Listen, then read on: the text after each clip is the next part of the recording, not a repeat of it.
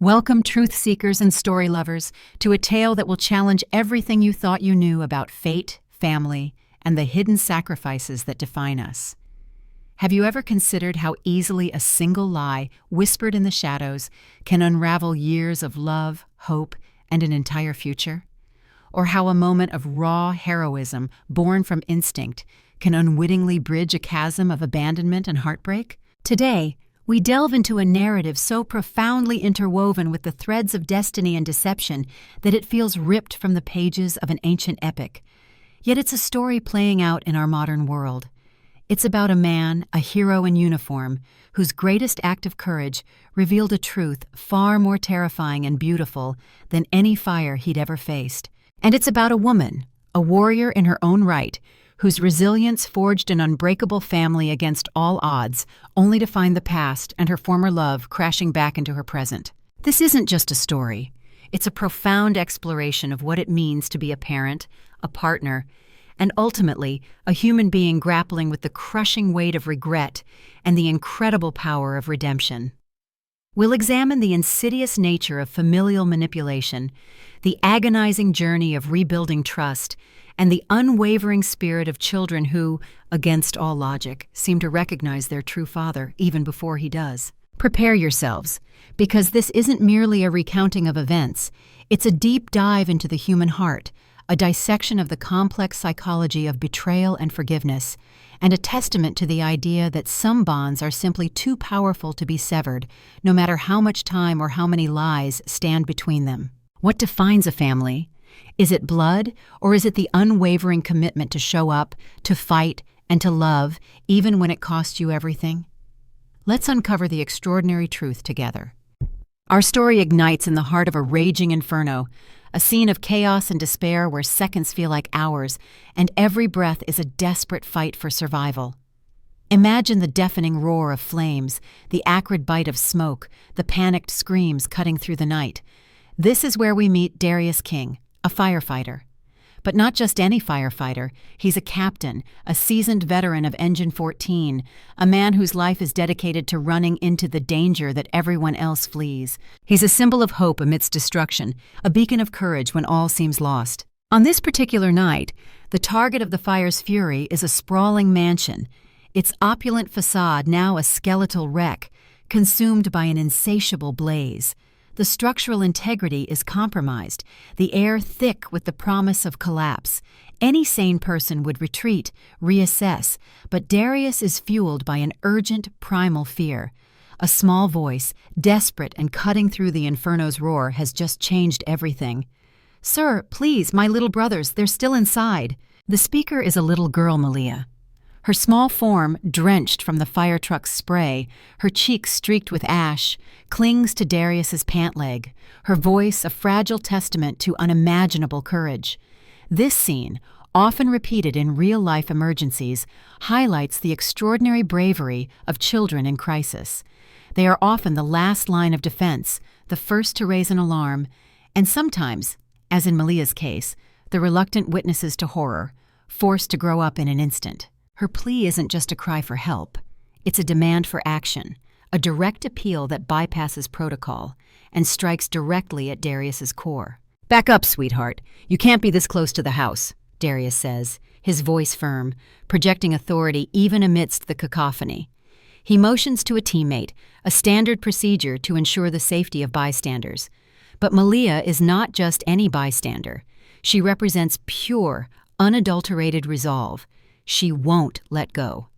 Her tiny hands are surprisingly strong, her grip a silent, desperate prayer. "Please, sir. They're only 5. We were sleeping, and then the smoke came." The words spill out, punctuated by heart-wrenching sobs and hiccups, painting a vivid picture of sudden terror in the dead of night. She recounts pulling her brothers to the living room only for them, in a childlike quest for comfort, to return for a forgotten bunny, a small, innocent act with devastating consequences. "I couldn't get them out," she sobs, her voice breaking. Darius freezes, children inside, alone, 5 years old. The implications hit him like a physical blow, bypassing his training and striking directly at his humanity. The fire, which had seemed a controllable beast moments ago, now morphs into a monstrous entity, threatening innocent lives. Half the house is already gone, swallowed by greedy flames. The front facade collapsed minutes prior, a stark reminder of the imminent danger. The heat is unbearable, a suffocating blanket that promises incineration. Smoke chokes the air, turning visibility into a nightmarish swirling blackness. "Chief!" a colleague yells, his voice strained. "We're losing the back window. Whole structure's unstable." The rational part of Darius's brain, the part honed by years of rigorous training, screams for caution, for strategic withdrawal. The risk is astronomical. Entering now would be suicidal. But the image of two 5-year-olds, alone in that fiery abyss, propelled by their sister's desperate plea, overrides all logic. It's an instinct deeper than any protocol, a gut feeling that transcends the professional duty and taps into something profoundly personal. "Mask now!" he barks, the words ripping through the chaos, a command directed as much at himself as at his gear. In a flash, he's resuited, his movements swift, almost feral. He ignores the screams from his team, the urgent pleas for him to reconsider. Their shouts are just background noise to the urgent internal drumbeat driving him forward. He sprints towards the side entry, a fleeting shadow against the backdrop of orange and black. He kicks down a flimsy back door, the wood splintering under the force, a desperate act of defiance against the crushing weight of the inferno. He ducks under falling drywall, pushing deeper into the blackness, into the very maw of the beast. The smoke, a living, clawing entity, attacks his throat even through the respirator. His vision is almost non-existent, reduced to a terrifying tunnel of indistinct shapes and ominous glow. "Hello!" he shouts, his voice echoing eerily in the collapsing structure. "Somebody call out!" A faint whimper, fragile and desperate, answers him, coming from behind what he assumes is the dining table. It's a small sound, almost lost in the roar, but it's a lifeline. "Stay right there! I'm coming to get you!" He yells back, his voice thick with adrenaline and determination. He drops to his knees, crawling beneath a collapsed ceiling beam, the scorched debris crunching under his weight. Under the dining table, amidst the rubble and swirling smoke, he finds them, two small boys, Micah and Miles, clinging to each other in a desperate embrace. One has his foot twisted in a fallen lamp cord, a small, painful detail that speaks volumes of their terror. The other, Miles, is sobbing, clutching a torn bunny rabbit to his chest, the very object that had drawn them back into the nightmare. It's a heartbreaking sight, a poignant tableau of childhood innocence caught in the jaws of adult horror. Darius's heart aches, a profound, almost inexplicable ache that goes beyond the professional duty of a rescuer. "It's okay. I got you now," he reassures them, his voice gruff but tender. There's no time to untangle the cord, no luxury for gentle movements. The roof is buckling, the structure groaning in protest. Every second is a gamble against total collapse. He scoops both boys up, an act of sheer strength and desperation. The child screams as his ankle twists, a sharp, piercing sound that cuts through the roar of the fire. Darius grits his teeth, ignoring the pain, his own and the child's, and runs. Flames lick down the hallway, an inferno chasing his heels. The roof buckles violently behind him, threatening to swallow them whole. "Move! Move!" voices scream from outside, his team's frantic calls echoing his own desperate thoughts. He bursts out the back, a searing explosion of heat and light crashing to the ground as a chunk of the roof explodes above him. His teammates rush in, a surge of adrenaline-fueled relief, dragging him and the boys to safety, away from the consuming maw of the mansion. Malia, who had been waiting in agonizing suspense, runs towards them, nearly tripping over herself in her haste. "Micah! Miles! You're okay!" She throws her arms around her brothers, a fierce, protective embrace, a testament to her earlier bravery. Darius pulls off his helmet, panting heavily, drenched in sweat and smoke, his body screaming in protest, his lungs burning. And then he looks at them, truly looks at them, the triplets, not just two boys and a girl, but three small reflections of something he couldn't quite place. Same eyes, deep brown, shimmering with residual fear but also relief. Same deep brown skin, same curly textures, tight coils falling over their little foreheads. Something hits him in the chest, hard, a strange, unfamiliar tremor. He doesn't understand why, but as they cling together, crying tears of relief and exhaustion, he can't look away. It's an almost magnetic pull, a feeling of recognition that defies logic. He feels like he's seen them before, felt them before. But how could that be? He doesn't know their names, beyond what Malia cried out. He doesn't know their mother. He doesn't even know who lived in that burning house, and yet his heart is pounding like it has recognized something his brain hasn't, a deep, resonant echo from a forgotten past. This inexplicable connection, a gut feeling that transcends the immediate heroism, is the first subtle hint that this rescue is far more than just another day on the job for Darius King. It's a collision with his own history, a karmic twist that will unravel the truth of his life. Later that night, the city sleeps, but for Darius King, sleep is an alien concept. Back at the fire station, the adrenaline has faded, replaced by a deep-seated unease. He sits alone in the locker room, the metallic tang of sweat and smoke still clinging to him, staring at his reflection in the dull chrome of his locker. His face is streaked with soot, a map of the night's trauma. His arms are bruised, testament to the struggle against falling debris and searing heat. But it's not the physical pain that has him rattled. It's the girl's voice. "Sir, please, my brothers." That desperate plea, those innocent faces, have branded themselves onto his consciousness. He clenches his jaw. Those kids were far too young to be on their own like that, to face such terror without an adult's protection. And that little girl, Malia, so brave, so protective, a fierce guardian in miniature. She reminded him of someone he'd buried deep in his memory, a ghost of a past love he'd thought long forgotten.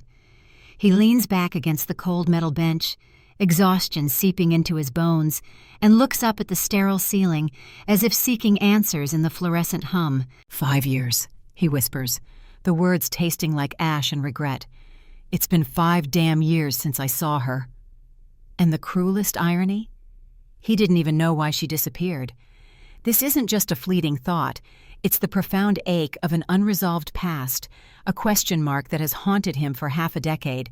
Meanwhile, across town, in the sterile, hushed environment of the pediatric wing of the city hospital, a different kind of vigil is unfolding.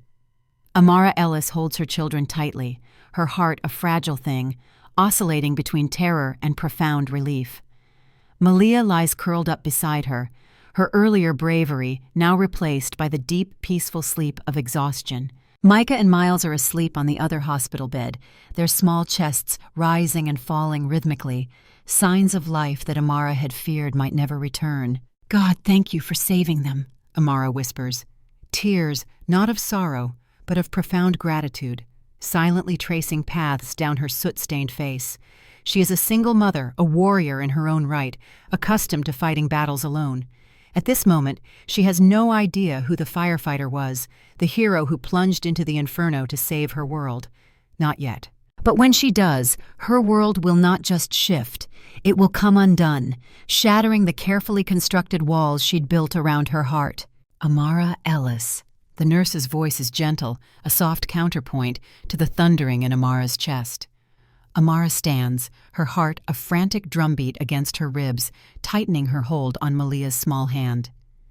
"Yes, ma'am," she answers, her voice a little shaky, a little hoarse. "Your boys are stable. Minor smoke inhalation, no burns. They'll be discharged by morning," the nurse says with a reassuring smile, a balm to Amara's frayed nerves. "But if I may say, your little girl, she's the reason they're alive. Brave thing. And the firefighter who pulled them out, he's a real hero." Amara forces a shaky smile, the gratitude bubbling to the surface. "Can you tell me his name?" she asks quietly, a simple question with monumental implications. "Darius King. You might have heard of him. Captain of Engine 14. He's been with the city for 10 years now." Amara's breath catches in her throat. Darius. King.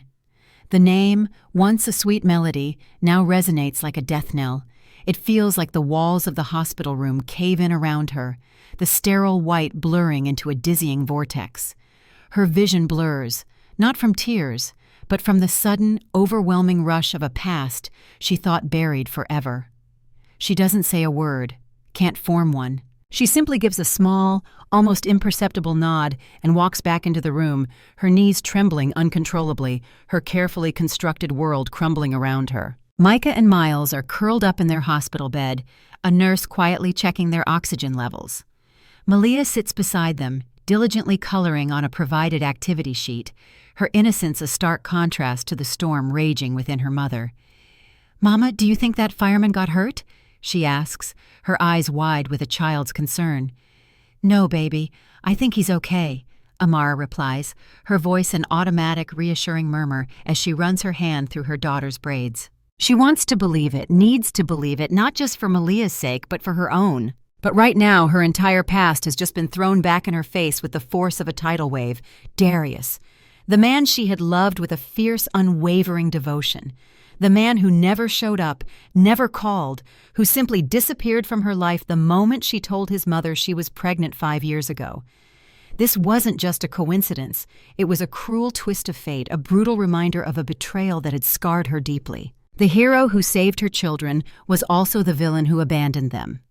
The man who had once been her future was now a ghost from her past, materialized in the most unexpected and agonizing way. The universe, it seemed, had a darkly ironic sense of humor. To truly understand Amara's anguish, we must journey back 5 years, to the grand, imposing King estate. This wasn't just a house.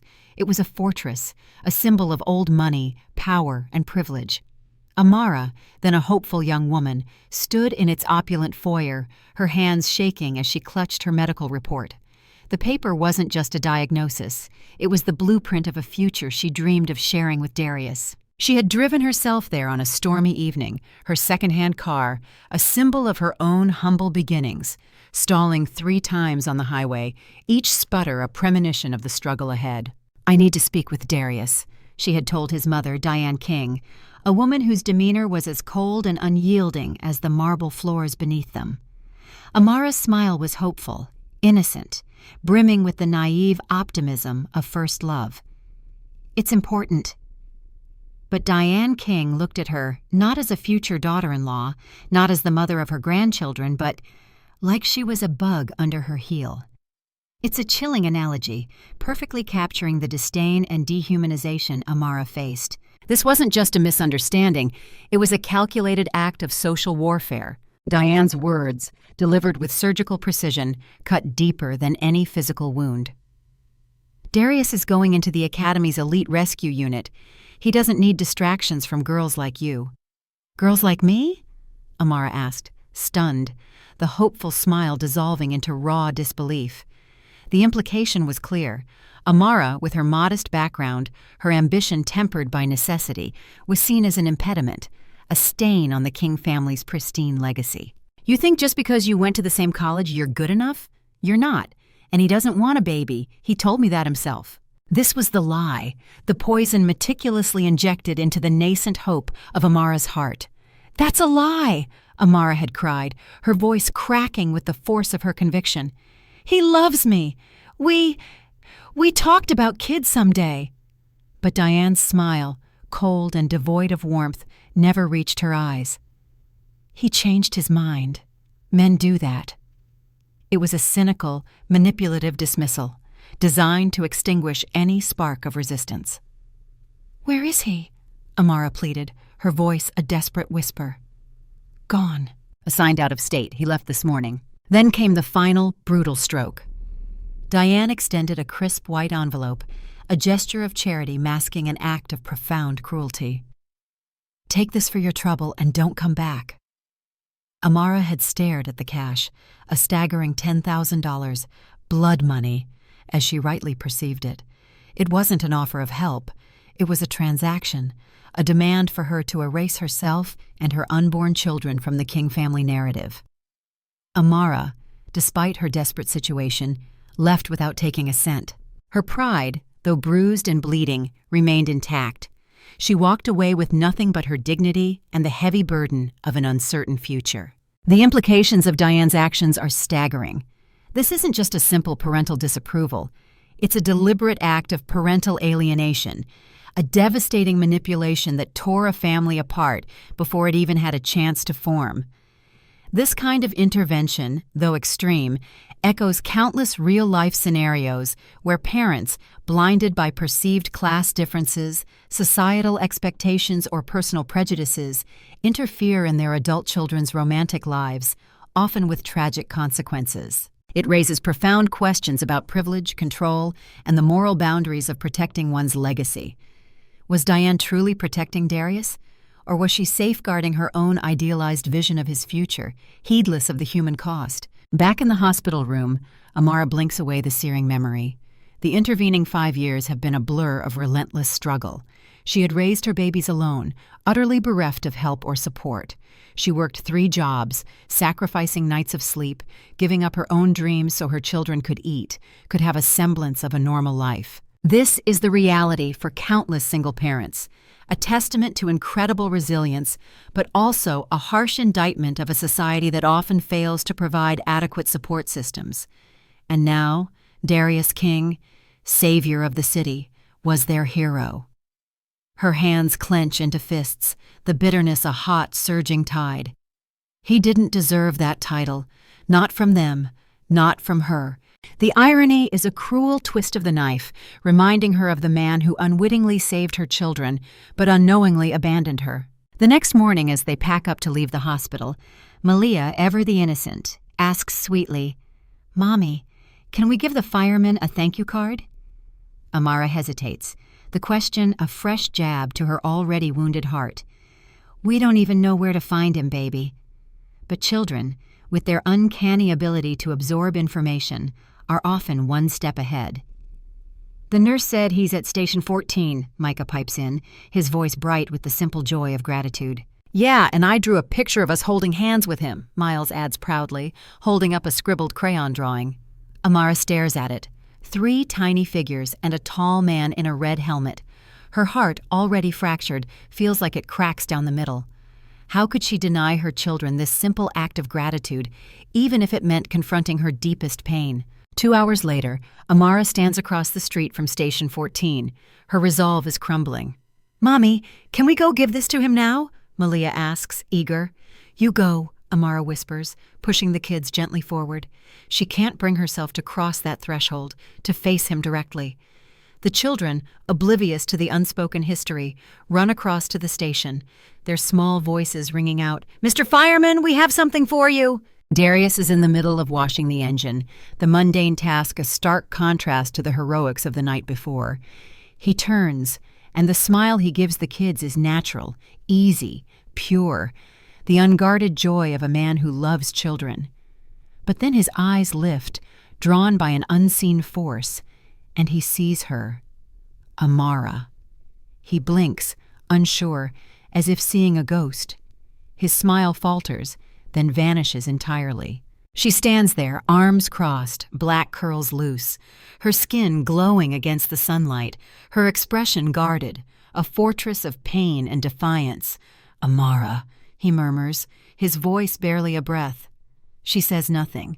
She only turns, a slow, deliberate movement, walks away, and gets back into her car, leaving Darius reeling. A cold chill ripples through his chest as the kids run back, empty-handed and confused, their innocent faces reflecting the sudden shift in atmosphere.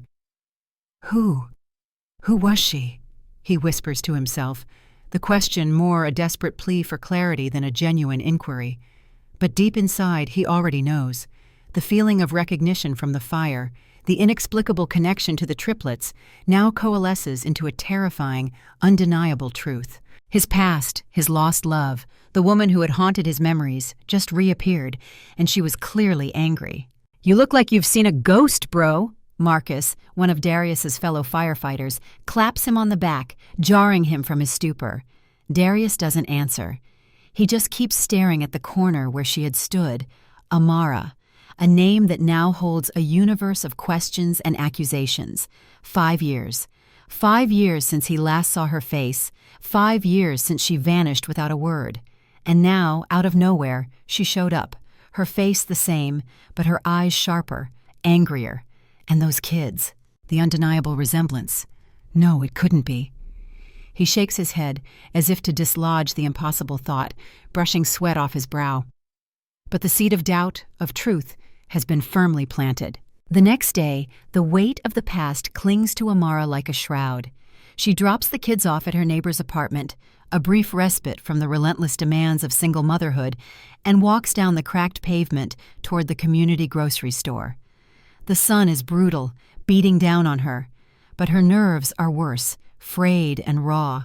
She's so lost in her own thoughts, replaying the encounter at the fire station, that she doesn't see the fire truck idling by the hydrant until she turns the corner and stops cold. Darius is leaning against the side panel, a water bottle in hand, watching her with an unnerving intensity, as if he'd been waiting for her. "Amara," he says, his voice a low, hesitant murmur. She almost turns around, a primal urge to flee, but her pride, that fierce, unyielding core of her being, holds her in place. "Captain King," she replies, her voice clipped, sharp, a deliberate formality designed to maintain distance. "I didn't know it was you at the hospital. Not until I saw your face yesterday." Her words are a shield, an attempt to control the narrative. She crosses her arms, her posture stiff with defiance. "Didn't know I existed for the last 5 years either, huh?"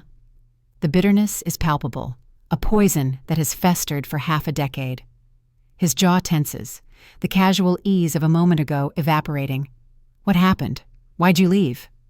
His questions are blunt, born of his own confusion and hurt, revealing his profound ignorance.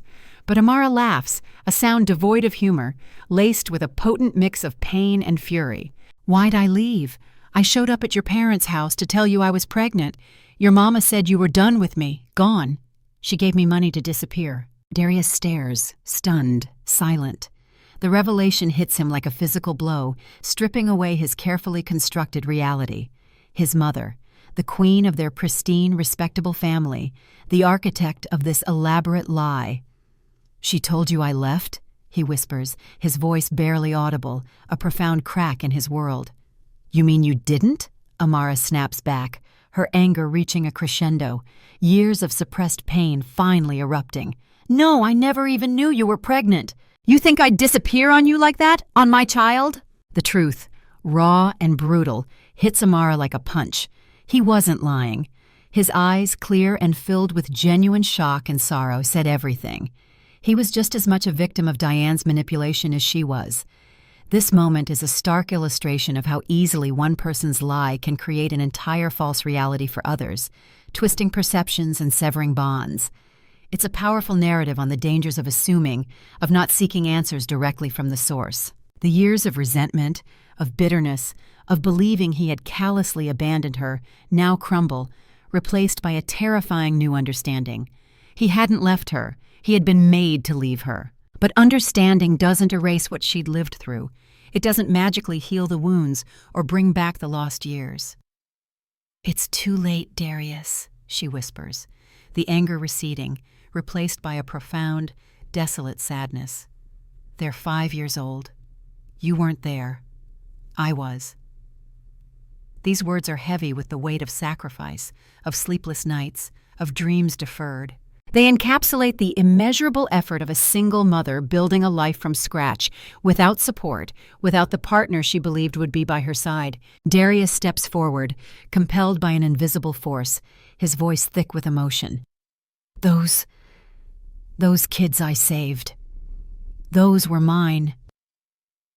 The realization is a thunderclap, connecting the inexplicable pull he felt in the burning house with this shattering truth.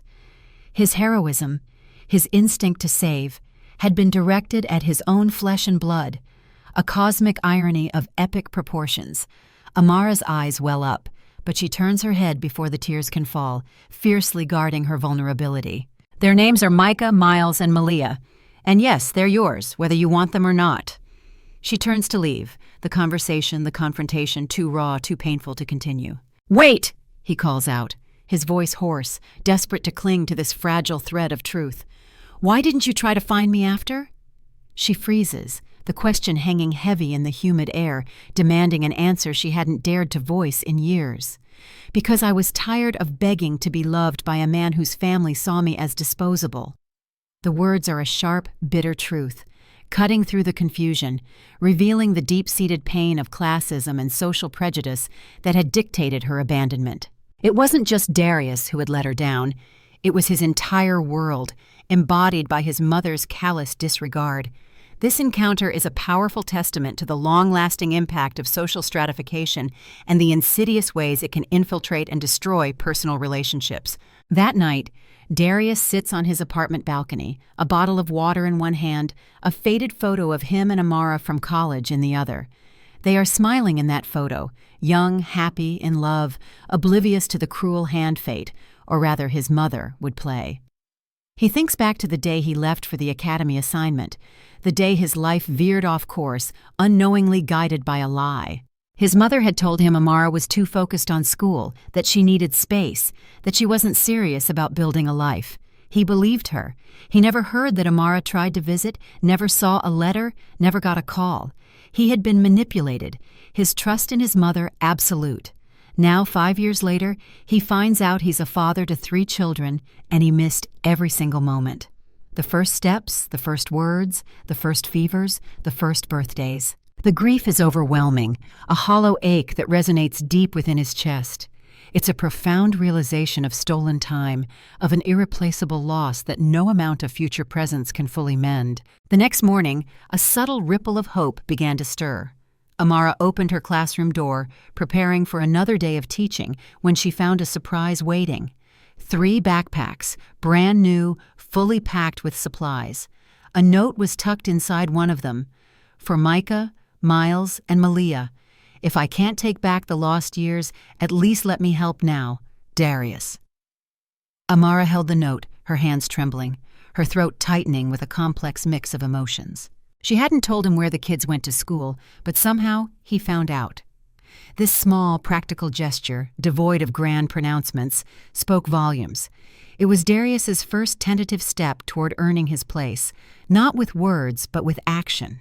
Meanwhile, at the fire station, Darius stared at the phone number scribbled on the back of the kid's crayon drawing. He hadn't called yet, couldn't bring himself to. The enormity of the revelation, the weight of being a father to 3 children he never knew, was overwhelming. He needed to be sure. His instincts screamed the truth, but years of institutionalized skepticism, of needing concrete evidence to justify a decision, compelled him to seek absolute certainty. So he grabbed his phone, scrolled to an old contact, and called a private clinic. "Hi, I need a paternity test for me and 3 children. Are you sure you want to go through with this?" The nurse's gentle question was filled with an understanding of the gravity of his request. Darius stood in the quiet clinic hallway, his jaw tight, his eyes stormy, betraying the turmoil within. "Yes." His voice was gravel, raw with emotion. "I need to know for sure." The need for certainty, for a definitive answer, was paramount. He could still see their faces in his mind, Micah's shy smile, Miles's curious stare, Malia's fierce little eyes, the way they held each other, that primal, unbreakable sibling bond, the way his heart had thundered the moment they hugged him after the fire. It didn't make sense. It shouldn't make sense, but deep inside, something screamed that it did. The biological confirmation was just a formality. His soul already knew. 2 days earlier, driven by an unshakable compulsion, he'd parked down the block from Amara's apartment, just watching. He didn't go up, didn't knock. He only wanted to see them, to observe them in their natural habitat, to confirm what his heart already suspected. From his truck, he saw the front door open. Amara stepped out in a worn denim jacket, adjusting the straps on Malia's backpack. The girl clung to her side, a small anchor. Then came the boys. Micah with a lunch bag, Miles running and spinning in a circle, his shoelaces untied, a whirlwind of boundless energy. They looked like a unit, a perfectly synchronized, self-sufficient family, like they'd raised each other, like they didn't have a father, because they didn't. Not until now. Darius gripped the steering wheel so tightly his knuckles turned white. He'd missed all of it. The first steps, the first words, the first fevers, the first birthdays, the mundane, miraculous moments that define parenthood. He watched Amara kneel down to fix Miles's laces, her hand moving gently over his curls, a simple act of maternal tenderness. And suddenly, Darius felt it. Something hollow cracking open in his chest, a kind of grief he didn't have a name for, a profound sorrow for lost time and missed connections. It was the realization that he wasn't just a man who had loved and lost. He was a man who had unknowingly been stripped of the most fundamental joy: fatherhood. Back at the clinic, Darius sat in the waiting room, bouncing his knee nervously, his hands clasped tightly. The results wouldn't be ready for a few more days, but he already knew. Every instinct in his body, firefighter, man, soul, told him the truth. This was more than just a genetic test. It was a confirmation of a bond that had defied years of separation and intentional deceit. Meanwhile, at her small apartment, Amara was folding laundry, a familiar, comforting routine in her chaotic life, when Malia walked in holding a drawing. "Mommy, is this us?" she asked, pointing to the crayon figures. Amara smiled, a gentle, tired curve of her lips. "Yeah, baby, that's you, your brothers, and me." "Where's Daddy?" Malia asked quietly, the innocence of the question masking its profound impact. Amara froze, the folded laundry suspended in her hands. "Why doesn't our daddy live with us?" She sat down slowly, pulling her daughter into her lap, searching for the right words to explain a truth that was still raw and unfolding. "Because life didn't go the way we planned, but you're not missing anything, okay? You've got me and your brothers. That's enough." But even as she said it, Amara knew it wasn't entirely true. Darius's face had returned to her dreams, to her thoughts, a persistent, unwelcome presence. Her heart, though guarded, wasn't made of stone. The walls she had built were beginning to show cracks, exposed to the light of a truth she could no longer deny. The return of Darius was not just a personal crisis. It was a challenge to her entire identity as a self-sufficient single mother. The echoes of the past often resonate loudest in the quiet moments. Later that night, Darius stood on his porch, staring at a dusty box labeled "College Memories." He hadn't opened it in years, afraid of stirring dormant emotions, of confronting a life that felt irrevocably lost. Inside was the photo he kept on his phone, the one of him and Amara, smiling and hopeful.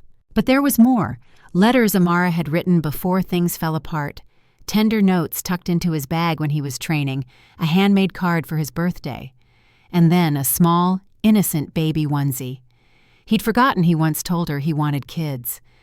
"A little girl with your smile," he'd whispered back then, "and twin boys who act like me." He thought it was just a dream, a youthful fantasy. Now he knew. He already had them. They were real, and he had missed everything. The weight of that realization, the profound grief for lost time, settled deep in his soul. This wasn't just about making up for lost years. It was about reclaiming a fundamental part of his identity, a paternal bond that had been cruelly stolen. The next morning, Amara found herself at the community food bank where she volunteered on weekends, a testament to her giving spirit even amidst her own struggles. As she handed out meal bags, a familiar voice called her name. She turned, and her breath caught in her chest. Darius. He wore jeans and a gray fire department t-shirt, sleeves rolled to his elbows, revealing burn-scarred forearms, a stark reminder of his true profession, of his inherent heroism. He held a paper bag of donations and a shy, almost nervous smile. "I want to help," he said simply, a quiet offer of support that spoke volumes. Amara stared at him, unsure how to react.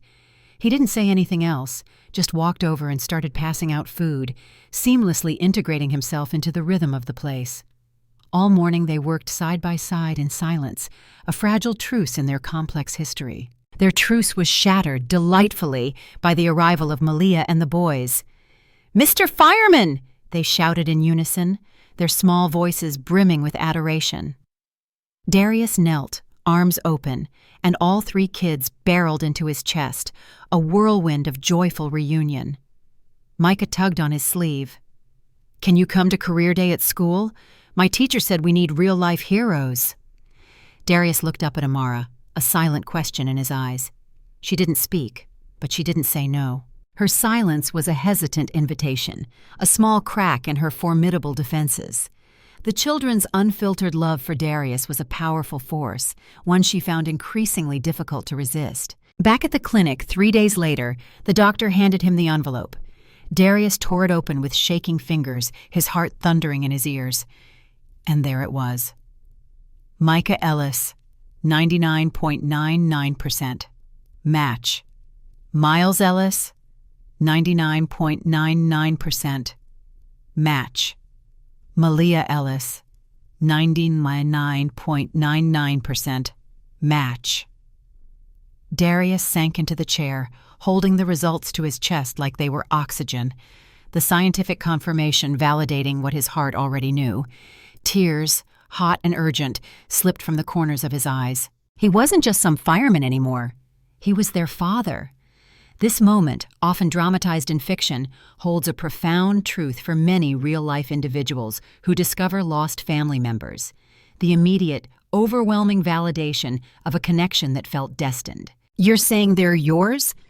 Amara's voice was low but sharp, like broken glass when he presented the results. Her arms were crossed tightly, her posture stiff with guarded defiance. They stood outside her apartment building, the sun dipping low in the horizon behind them, casting golden streaks across the cracked concrete steps. Darius held out the manila envelope, not moving closer. He knew better than to touch her without permission, to violate the fragile boundaries she had erected. "I didn't come here to start anything. I just want you to see the results." Amara stared at the envelope like it was a venomous snake, a repository of both truth and pain. Slowly she took it. Her eyes skimmed the documents, then again, dissecting each word. She didn't breathe, not until the words burned into her skull. Micah Ellis, 99.99% match. Miles Ellis, 99.99% match. Malia Ellis, 99.99% match. Her throat tightened, a lump of unresolved emotion. "So now you believe me?" she asked, the accusation heavy in her tone. Darius flinched, the raw pain of her words striking home. "It's not that I didn't believe you. I just needed to face it, to stop doubting, to know. And now I do." Amara folded the envelope and tucked it under her arm, the scientific proof now a tangible weight. "You know what? It doesn't change," she said quietly, her voice tinged with the weary resolve of someone who had fought too many battles alone. 5 birthdays, 3 hospital stays, 6 rent notices, 15 nights with no power, every damn tear they shed, asking why they didn't have a dad like the other kids. Her words painted a stark, unflinching picture of her lonely struggle, a testament to her unwavering love and sacrifice. Darius looked down, the weight of her words crushing him. "I know I wasn't there, Amara, but I didn't leave you. I didn't know." "Your mother knew." Her voice rose, face tightening with fury, the memory of Diane's cruel deception still fresh and painful. "And that's all that mattered." He closed the distance between them just a little, a cautious step into the chasm of their shared history. "You think I would have let you raise them alone if I knew? That I would have let you suffer through this?" She stared at him for a long, bitter moment, her eyes reflecting years of hurt. "You let me suffer by trusting her over me." Silence fell between them, heavy and suffocating. Darius turned away, dragging a hand through his short curls, the gesture one of profound anguish. His voice dropped low, trembling with a vulnerability she hadn't seen in years. "She told me you left to be with someone else, that you said you weren't ready for a real life, that you ghosted me. I was angry, hurt, and then I got called to train in Louisiana. I didn't look back because I thought you didn't want me anymore." His words were a mirror image of her own experience, a testament to the devastating effectiveness of Diane's lies. Amara's eyes shimmered with unshed tears, a mix of empathy and continued resentment. "You believed her. That's the part I can't forgive. You believed her without ever hearing me out." His head dropped. "She never told me you came by. She never told me you were pregnant. She lied. I should have seen it, but I didn't." "You didn't want to," she countered, her words landing like slaps. But she wasn't wrong. The wind picked up around them, a whisper of the emotional storm raging between them. Darius looked back at her.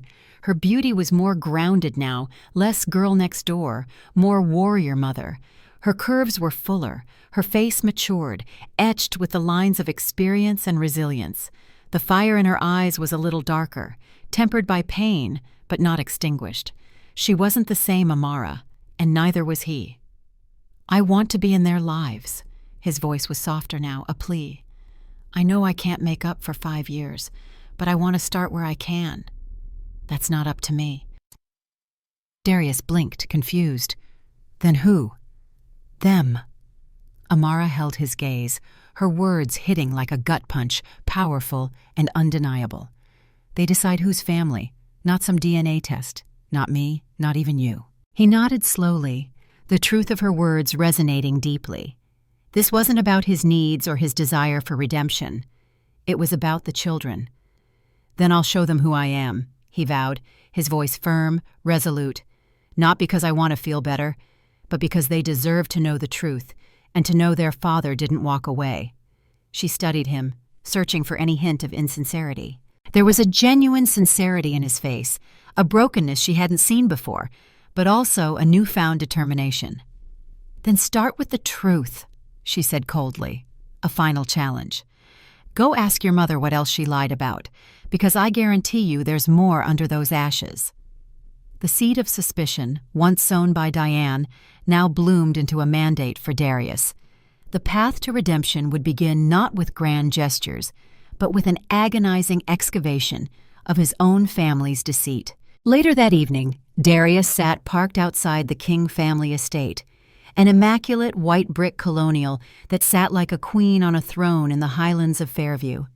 It was a monument to wealth and privilege, a stark contrast to the small apartment Amara and the children called home. He hadn't been here in 2 years, not since his last argument with his mother over his choice to remain a firefighter instead of moving into corporate property development. A choice that now seemed prophetically right. The argument then had been about his career path. Now, it was about the very foundation of his life. Standing on the porch, he rang the bell. The sound echoed not just through the opulent house, but like thunder in his chest, a tremor of apprehension and righteous anger. The door opened. Diane King, regal and perfectly poised in a silk blouse and cream slacks, froze when she saw him, her practiced smile tight and brittle. "Darius," she said, feigning surprise, her voice a smooth veneer over hidden tension. "What a surprise." "We need to talk," he stated, his voice devoid of filial deference, firm with a resolve born of profound betrayal. Inside the sitting room, the walls were still decorated with family portraits and Christian art, a facade of piety and familial harmony. Everything was pristine, everything fake. "I know, Mom," Darius said flatly, cutting through her pretense with the precision of a surgeon. Diane blinked, her carefully constructed composure melting away, revealing a flicker of fear. "Now what? That Amara came to see you, that she was pregnant, that you sent her away and lied to me." Diane's mouth parted slightly, a tiny gasp escaping her lips. She sat down her glass of wine with trembling fingers, her usual elegant demeanor completely shattered. The mask was off. "She wasn't right for you, Darius. She would have ruined everything you'd worked for."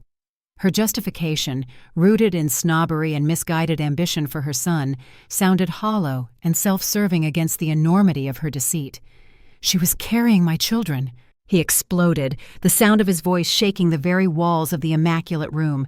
"3 of them, Mom, and I didn't even know they existed until I pulled them out of a fire." Diane sat slowly, her face pale.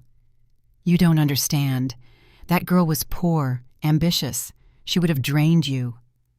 Her words were a chilling echo of her earlier prejudices, a testament to her inability to see Amara as anything more than a social climbing opportunist. But Darius countered her with an unwavering truth that resonated with the reality he had just uncovered. "She raised my children in a 1-bedroom apartment while working 2 jobs. She didn't ask you for anything. She didn't take your money. She walked away with nothing but her pride." The stark contrast between Diane's assumptions and Amara's lived reality was a devastating indictment. Tears welled in his mother's eyes, a rare display of emotion, though perhaps more for her shattered vision than for the pain she caused. "I only wanted to protect you. You were so close to your dream." "You destroyed it," he whispered, his voice trembling with a raw pain that cut deeper than any shout. "You took away 5 years I'll never get back." He turned away from her then, the finality of his decision palpable. She reached out a desperate, futile gesture. "Please, Darius, don't walk away." He looked over his shoulder, his jaw trembling with unspoken anguish, but his eyes were clear, resolved. "I'm not walking away. I'm walking toward my family." And then he left and didn't look back. It was a decisive break, a rejection of the gilded cage his mother had built for him, choosing instead the messy, unpredictable, but infinitely more real path of fatherhood and love.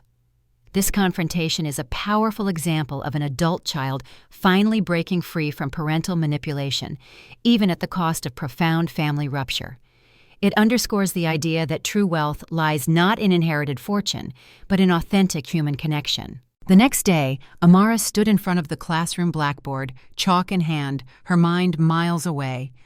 She hadn't slept much. The image of Darius's face burned into her memory. The raw pain, the anger, the guilt, all there, but something else, too. Something she hadn't seen in years. Love. It was a disquieting thought, a possibility she wasn't sure she was ready to entertain. The bell rang, signaling the start of the school day. Kids filed in, a familiar symphony of chatter and shuffling feet. Then a soft knock at the door. She turned, and there he was, wearing his station uniform, clean-shaven, holding 3 small lunch bags, and a sheepish smile.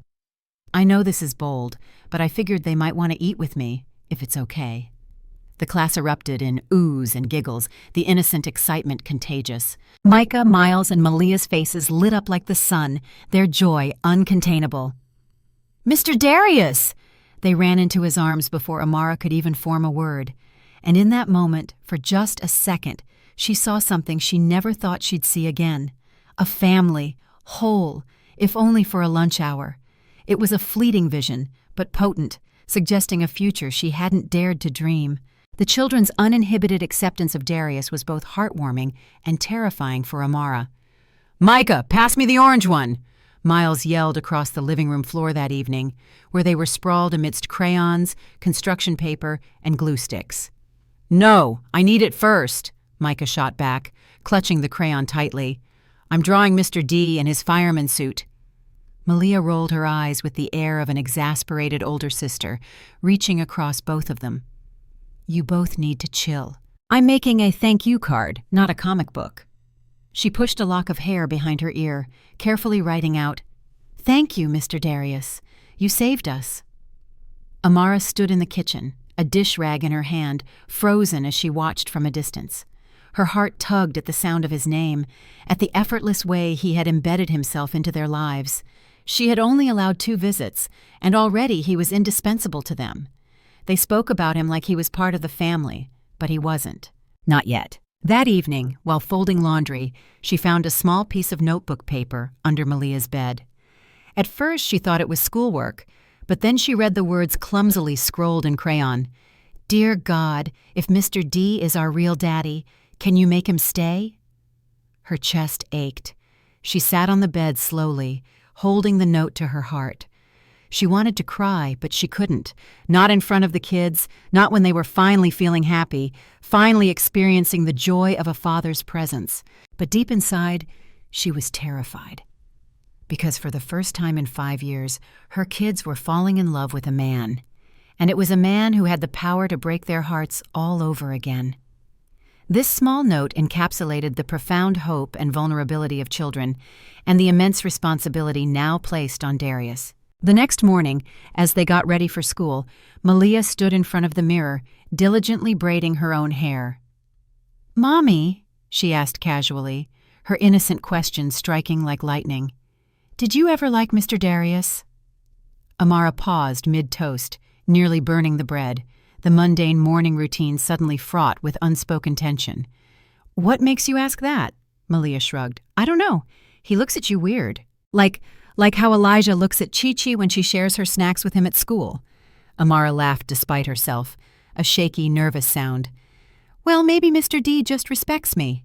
"Nope," Malia shook her head confidently. "He looks like he likes you. Likes you.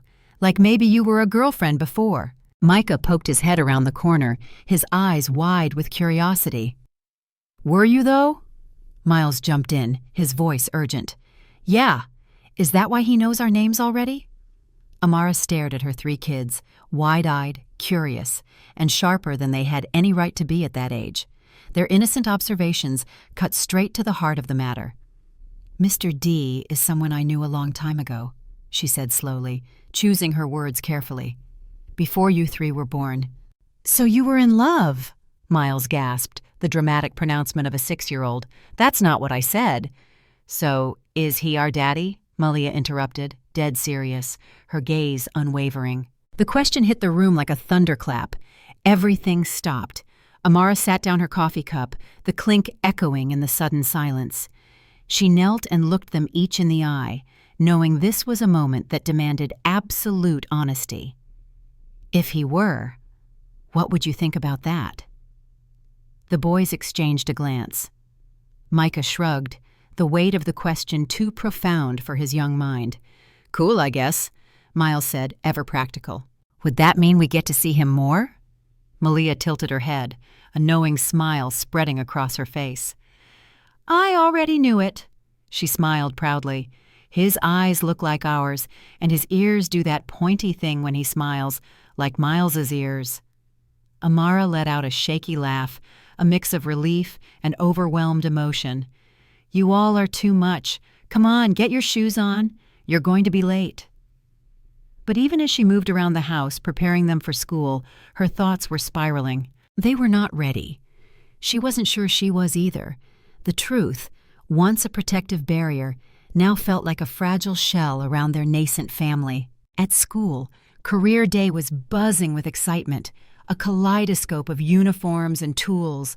Police officers, chefs, mechanics, even a dentist, all were lined up outside the classrooms, eager to share their professions with wide-eyed children. But when Darius walked in, tall, confident in his Navy uniform, a nod to his broader service perhaps, or a specific detail of his background that resonates with his role, his badge shining, heads turned. There's something inherently captivating about a man in uniform, especially one who embodies heroism. Micah, Miles, and Malia jumped out of their seats. "Mr. D!" they shouted, nearly knocking their chairs over in their haste. He grinned, a genuine, easy smile that instantly put everyone at ease. Whoa, I'm just the fire guy. Relax." The teacher welcomed him up front. "Class, this is Captain Darius King. He's the firefighter who saved our very own Triplets last month." Applause broke out, a spontaneous outpouring of admiration. The Triplets beamed with pride, their small chests puffing out, basking in the reflected glory of their hero, their father. Darius gave his speech, teaching the kids how to stop, drop, and roll, explaining what firefighters do, letting them try on a tiny helmet, engaging them with the practicalities of his dangerous profession. But it was the moment he shared why he became a firefighter that made Amara freeze in the hallway, eavesdropping on the profound truth he was about to unveil. "I became a firefighter because I lost someone once, someone I loved, and I realized that if I could help keep others safe, maybe I could save someone else's someone." He glanced toward the open door where Amara stood, eyes wide, her heart twisting in her chest. "And if I had the chance to do it all over again, I'd fight harder to keep that person in my life." His voice cracked slightly, a subtle betrayer of deep emotion. The children, lost in their world of simple heroics, didn't notice, but Amara did. Her heart twisted. His words were a direct, public apology, a promise and a plea, all rolled into one. It was a declaration of love, not just for the ideal of heroism, but for the very real woman standing in the hallway. After school, the Triplets couldn't stop talking about him, their voices a joyful chorus. "He let us touch the oxygen tank." "He told me I was strong enough to carry a hose." "He said Malia was brave like a firefighter already." Amara smiled, a genuine, soft smile, but her silence was growing. The unspoken questions, the unresolved emotions, were becoming a palpable presence between them. That night, when they were finally asleep, their small forms nestled in their beds, Amara stepped out onto the small balcony, wrapping her cardigan tightly around her. Darius was downstairs in his truck, waiting. She had called him, a deliberate, hesitant invitation. "I need to talk to you. Now!" As he stepped out and leaned against the hood, the night air between them was thick with unspoken tension, with years of history and unresolved pain. "They asked me today," she said, her voice quiet, almost fragile, "if you were their father." Darius looked up sharply, his gaze piercing the darkness. "What did you say?" "I said you were someone I knew a long time ago. But they're not dumb. They know. They feel it." He nodded slowly, understanding the undeniable bond that transcended time and lies. "Then let them know the rest. Please, Amara. I'll answer every question. I'll show up for every game, every school play. I don't care how long it takes. I just want the chance to be who I should have always been." His sincerity was raw, undeniable, a profound plea for a second chance at fatherhood. She studied him carefully. He looked different now. Not the boy she once knew, the one she loved with reckless abandon. This Darius had seen fire, real and emotional, and come out burned but standing, stronger, more grounded, more resolute. "One question," she said, her voice steady now, a test. He nodded, bracing himself. "Are you ready to be a father, even if they never call you Dad?" His breath caught, the question striking at the heart of his desires. But his answer was steady, unwavering. "Yes." She walked over slowly and handed him a folded paper. Inside it was a schedule of the kids' after-school programs, pickup times, teacher names, allergies, the mundane, intricate details of their lives. Darius unfolded it like it was a sacred document, a roadmap to his future. He looked up, and in her voice, quiet but firm, she added, "Welcome to the hard part." It was an invitation, a challenge, and a subtle acknowledgement of their shared journey. The journey of co-parenting, of building a family from the wreckage of the past, was officially underway. This moment, both practical and profoundly symbolic, marked the transition from individual pain to shared responsibility. The questions children ask are often the most profound, cutting straight to the heart of adult complexities with innocent precision. "So if Mr. D is our real daddy, why wasn't he here when we were babies?" Malia's question sliced through the quiet dinner table like a blade, asked so innocently, her cheeks full of rice, her little legs swinging off the dining chair. Amara dropped her spoon, the clatter echoing in the sudden silence. Micah stopped mid-bite. Miles looked at their mother, waiting, their small faces mirroring the gravity of the moment. Amara swallowed hard. She had been preparing for this conversation, mentally rehearsing her words, but not tonight, not while the meat was still warm, not with the boys still in their pajamas from after-school snack hour. Life, as always, had a way of ambushing her with its most difficult lessons. "That's a big question," she said gently, trying to buy herself time. "And it deserves a big answer." "But we're big kids," Miles said proudly, puffing out his chest. "We're almost 6. Amara smiled faintly and nodded. She got up from the table, walked to the side closet, and pulled down a dusty shoebox wrapped in duct tape. She had once planned to open this when they were 10, maybe older, when she thought they would be ready to understand the harsh realities of adult betrayal. But kids, with their uncanny ability to unearth the truth, often acted faster than you were ready. She set the box on the table and peeled the tape off slowly, each sound a deliberate, painful echo. Inside were old photos, a few ultrasound prints, and a folded letter she never sent. This was her archive of a life derailed, a testament to her resilience. "This is Mr. D," she said, holding up a college graduation photo of her and Darius, arm in arm, laughing, vibrant with a shared future that never materialized. "We loved each other very much back then. We dreamed of having a family, of raising you 3 together. Then what happened?" Micah asked, eyes wide, completely absorbed by the unfolding narrative. Amara looked down, her fingers brushing the edges of the photo, choosing her words with agonizing care. "When I found out I was pregnant, I went to his house. I wanted to tell him right away, but I didn't find him. I found his mother. Malia frowned, the concept confusing. Grandma? His mother? Your grandma? Amara clarified. She didn't like me very much, and she didn't want me to be part of his life. So she told me lies, said Darius didn't love me anymore, that he left town, that he didn't want us. Micah blinked, processing the enormity of the deception. So, she lied. Amara nodded, tears welling in her eyes, her voice cracking with the lingering pain. Yes, and I believed her. I was scared. I had no one. I thought he knew and didn't care, so I raised you all by myself. The room was quiet, the only sound the ticking of the clock on the wall, marking the passage of stolen time. But now he's back, Miles whispered, his voice small but hopeful. And he said he wants to be our daddy. He does, Amara replied, her voice tight with a mixture of hope and fear. And I believe him, but that decision isn't just mine anymore. It's yours too.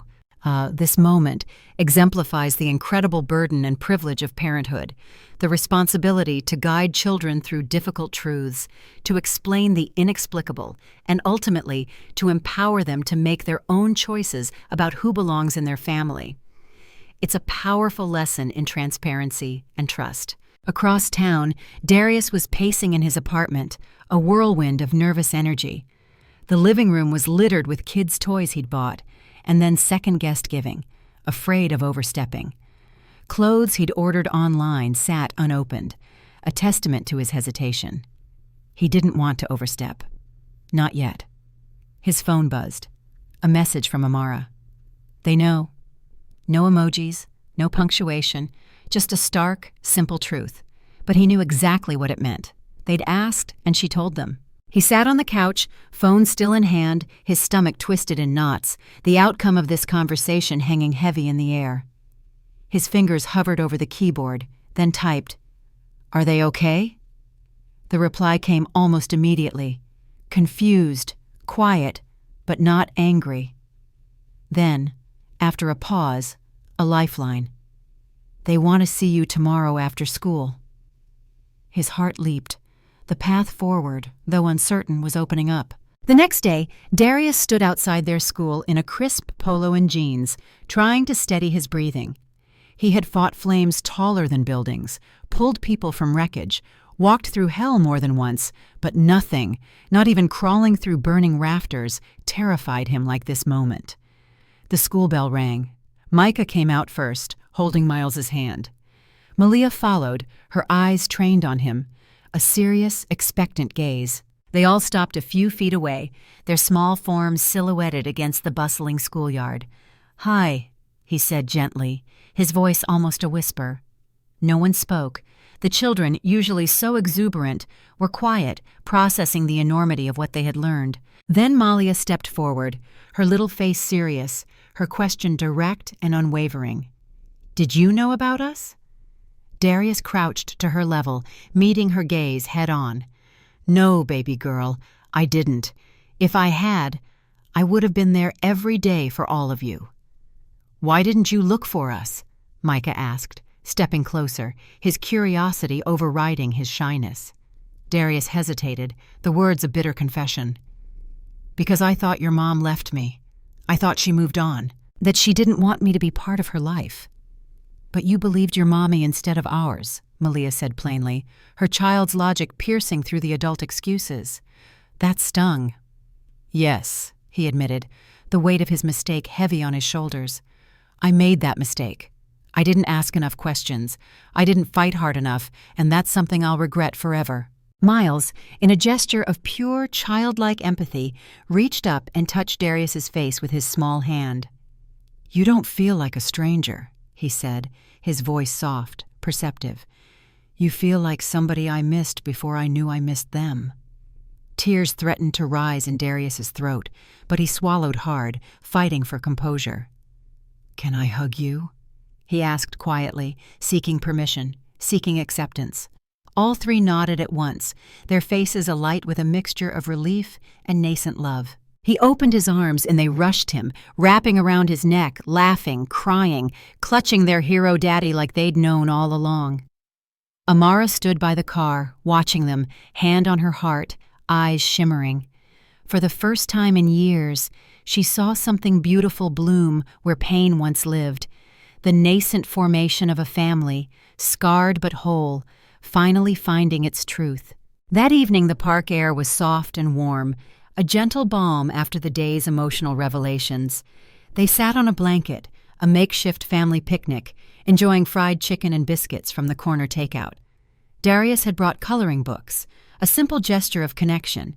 He even tried to braid Malia's hair, poorly, his large firefighter hands fumbling with the delicate strands, but his efforts spoke volumes. The kids, unburdened by the secrets of the past, chattered happily, telling him stories about their fears, their dreams, their imaginary friend named Mr. Marshmallow, who used to guard them while they slept. "That's your job now," Malia said, climbing into his lap, her small voice imbued with profound trust. "It always was," Darius whispered, his heart full, finally accepting the mantle of fatherhood. But not everything was fixed. Trust, particularly in matters of the heart, is not easily restored after years of betrayal and abandonment. That night, after the kids fell asleep, Darius helped Amara clean the kitchen, a domestic ritual that felt both normal and profoundly significant. He dried the dishes while she wiped down the counter, their movements synchronized, a quiet rhythm emerging between them. "They're falling fast for you," she said without looking at him, her voice tinged with a mix of observation and underlying vulnerability. "I know," he replied softly, his voice gentle, "and I'm terrified I'll disappoint them." She set down the rag and turned to face him, her gaze direct. "Then don't." He nodded, then cautiously, "I know I messed up, Amara, but I still love you." She stiffened, her eyes narrowing, a defensive barrier instantly rising. "Don't." Her past pain was a formidable shield. "I'm not asking for anything. I just needed to say it, because it's true. I never stopped." He wasn't demanding, he was confessing, his voice raw with sincerity. But Amara shook her head, laughing bitterly, the sound devoid of humor. "You don't get to say that like time stood still, like nothing happened. I lost everything back then. My dignity, my support, my peace. I buried myself in motherhood just to survive." "I know," he insisted, his voice heavy with understanding. "No, you don't," she snapped, her voice rising, finally allowing the depth of her anger and resentment to surface. "You're here now because fate forced your hand, not because you earned your way back. So don't say you love me unless you're ready to fight for me the way I fought for them." Darius stepped back, wounded by her words, but he didn't argue. He understood the validity of her pain, the righteousness of her anger. He just picked up his keys, gave one last look toward the hallway where his children slept, and said, "Then I'll fight every day for as long as it takes."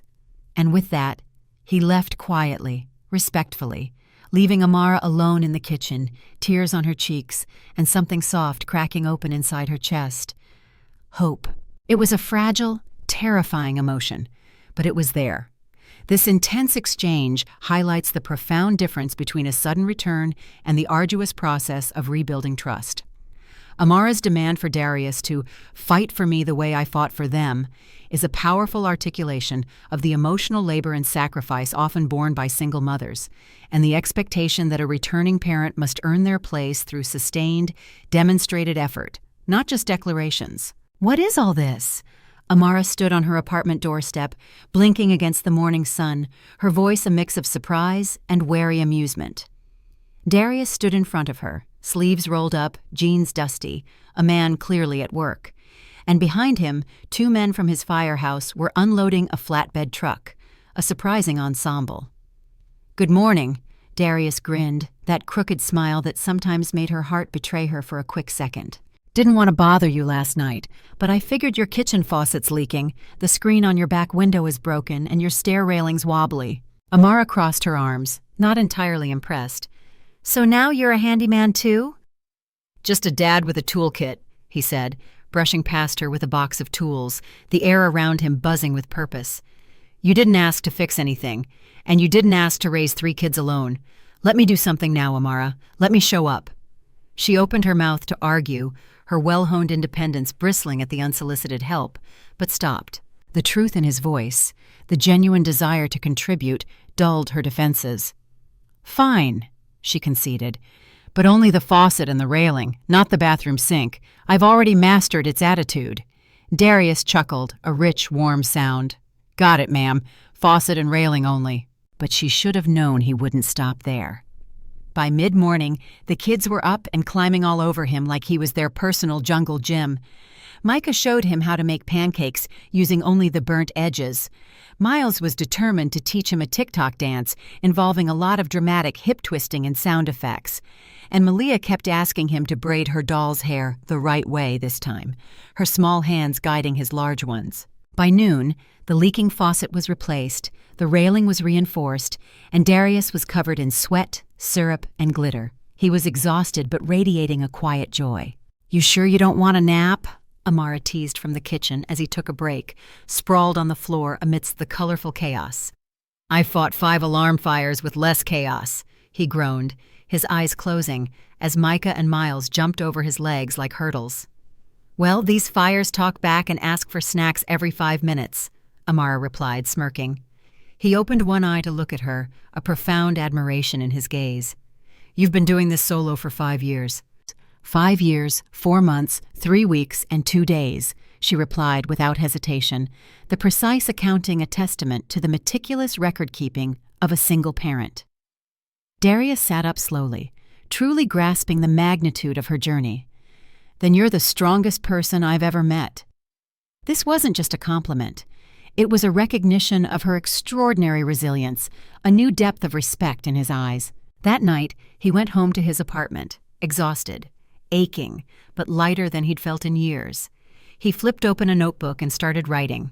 A schedule, a list of responsibilities, ideas for co-parenting, a search for therapists specializing in children of absentee fathers, a fire safety plan for their apartment complex, and maybe someday, a college fund.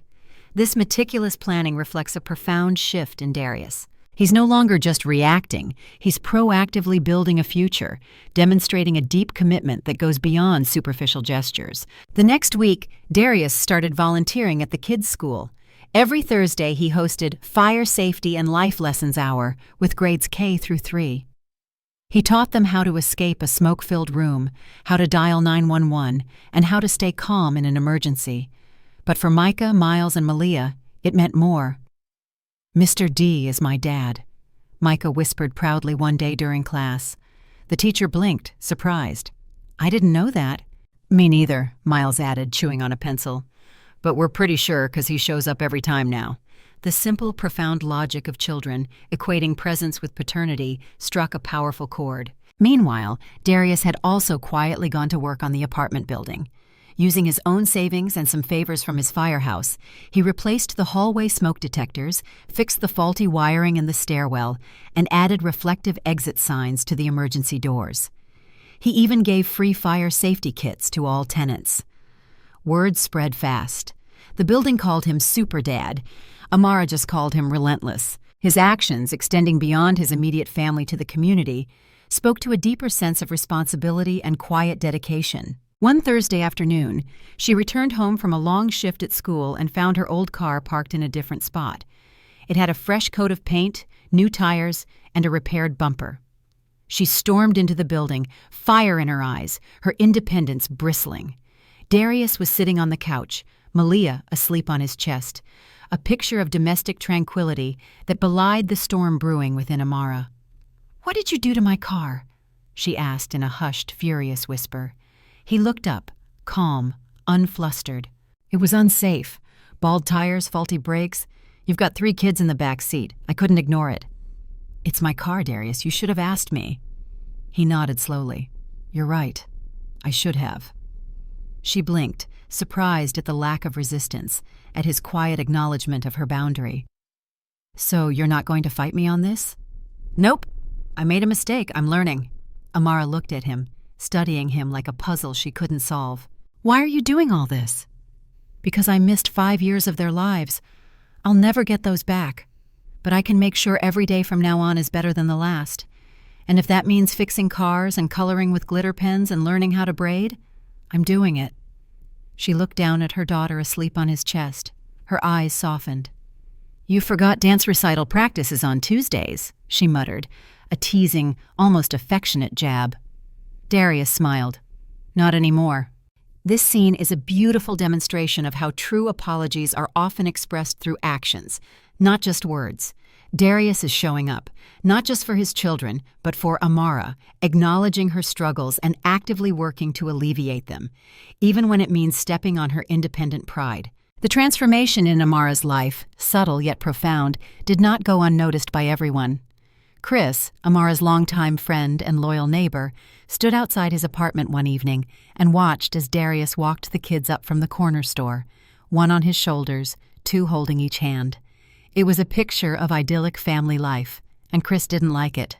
He didn't trust Darius, the man who had abandoned Amara, and he definitely didn't like the way Amara laughed more these days, a lightness returning to her that he hadn't seen in years. Chris's feelings, though perhaps misplaced, are understandable. He had been the steady presence, the reliable support system for Amara and the children during Darius's prolonged absence. To see his place seemingly usurped by the very person who caused so much pain would understandably stir feelings of resentment and jealousy. That weekend, the Triplets had their early birthday celebration at a local park. Amara had organized a simple picnic with homemade cupcakes and juice boxes, a celebration rooted in her usual practical, loving spirit. But Darius, with his flair for the dramatic and his newfound paternal exuberance, showed up with balloons, superhero capes, and custom T-shirts for each child that proudly declared, "Firefighter in training, property of Daddy." They wore them all day, beaming with pride, fully embracing their new, complete family dynamic. At sunset, Amara called the kids over to blow out candles on a shared cake. "Make a wish," she said, the familiar ritual a moment of quiet magic. Micah went first, then Miles, then Malia. They didn't say what they wished for, holding their secrets close, as children often do. But later that night, as they got into bed, Miles whispered to Amara, "We all wished for the same thing." "What's that, baby?" she asked, her heart already bracing for the answer. "To have a real family, all of us together." The simple, profound wish of a child, a silent plea that underscored the growing bond they felt with Darius. "All right, everyone, settle down." Amara clapped her hands over the soft chatter of excited children and nosy parents. The park's covered pavilion was decorated with paper lanterns, balloons tied to wooden beams, and a happy 6th birthday Triplets banner that sagged a little in the middle, but was charming nonetheless. Cupcake towers stood on the picnic tables. Juice boxes were stacked like pyramids. Several tired-looking parents of schoolmates had gathered with gift bags, Tupperware, and toddlers in tow. But none of it compared to the 3 stars of the day, Micah, Miles, and Malia, wearing matching T-shirts that read, "Team Triple Trouble, Official Birthday Edition." Amara had spent the entire week preparing everything herself, the meticulous work a testament to her enduring love. She had only let Darius in on it 2 days prior, still getting used to sharing space with him, let alone power over their kids' lives. She watched from behind the table as he walked up the hill, carrying a surprise in each hand. The Triplets screamed in unison when they saw him. "Daddy!" 3 helium balloons flew above his head, each with their names printed in gold foil. "One each, just like the 3 of you," he said, handing them off. Malia hugged him first. Micah tugged on his pants leg. Miles shouted, "You're just in time for the cupcakes!" Amara couldn't help but smile, even as she rolled her eyes playfully. He gave her a look, warm, private, a fleeting moment of connection that acknowledged their shared joy. "Nice turnout," he said, nodding at the families gathered.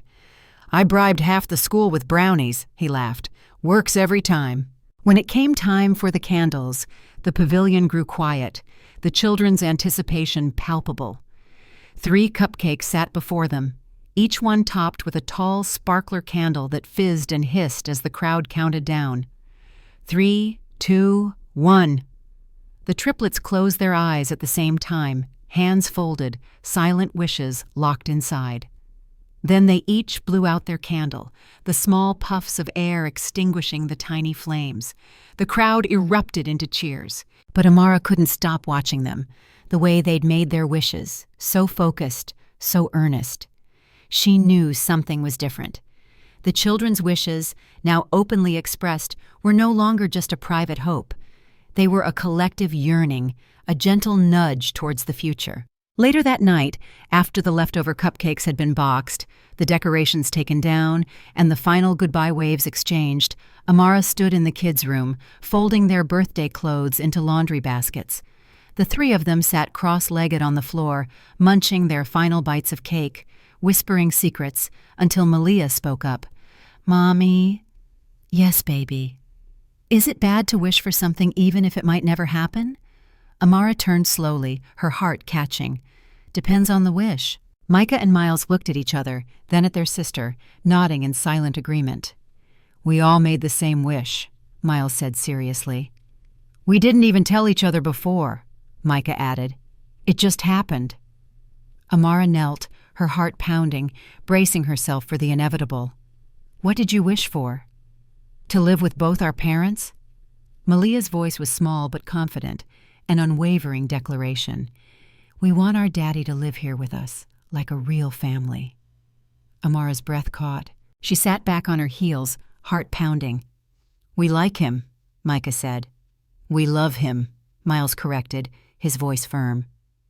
"And he loves you," Malia added, with a keen observation.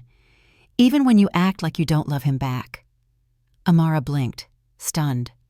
"I don't act like—" "You roll your eyes every time he makes you laugh," Malia said matter-of-factly, "and you smile behind his back." Amara opened her mouth to protest, then closed it again. They weren't wrong. Her children, with their innocent, unfiltered perspective, had seen through her defenses, revealing the truth her heart had been trying to deny. The next morning, Amara found a handwritten letter slipped under her apartment door.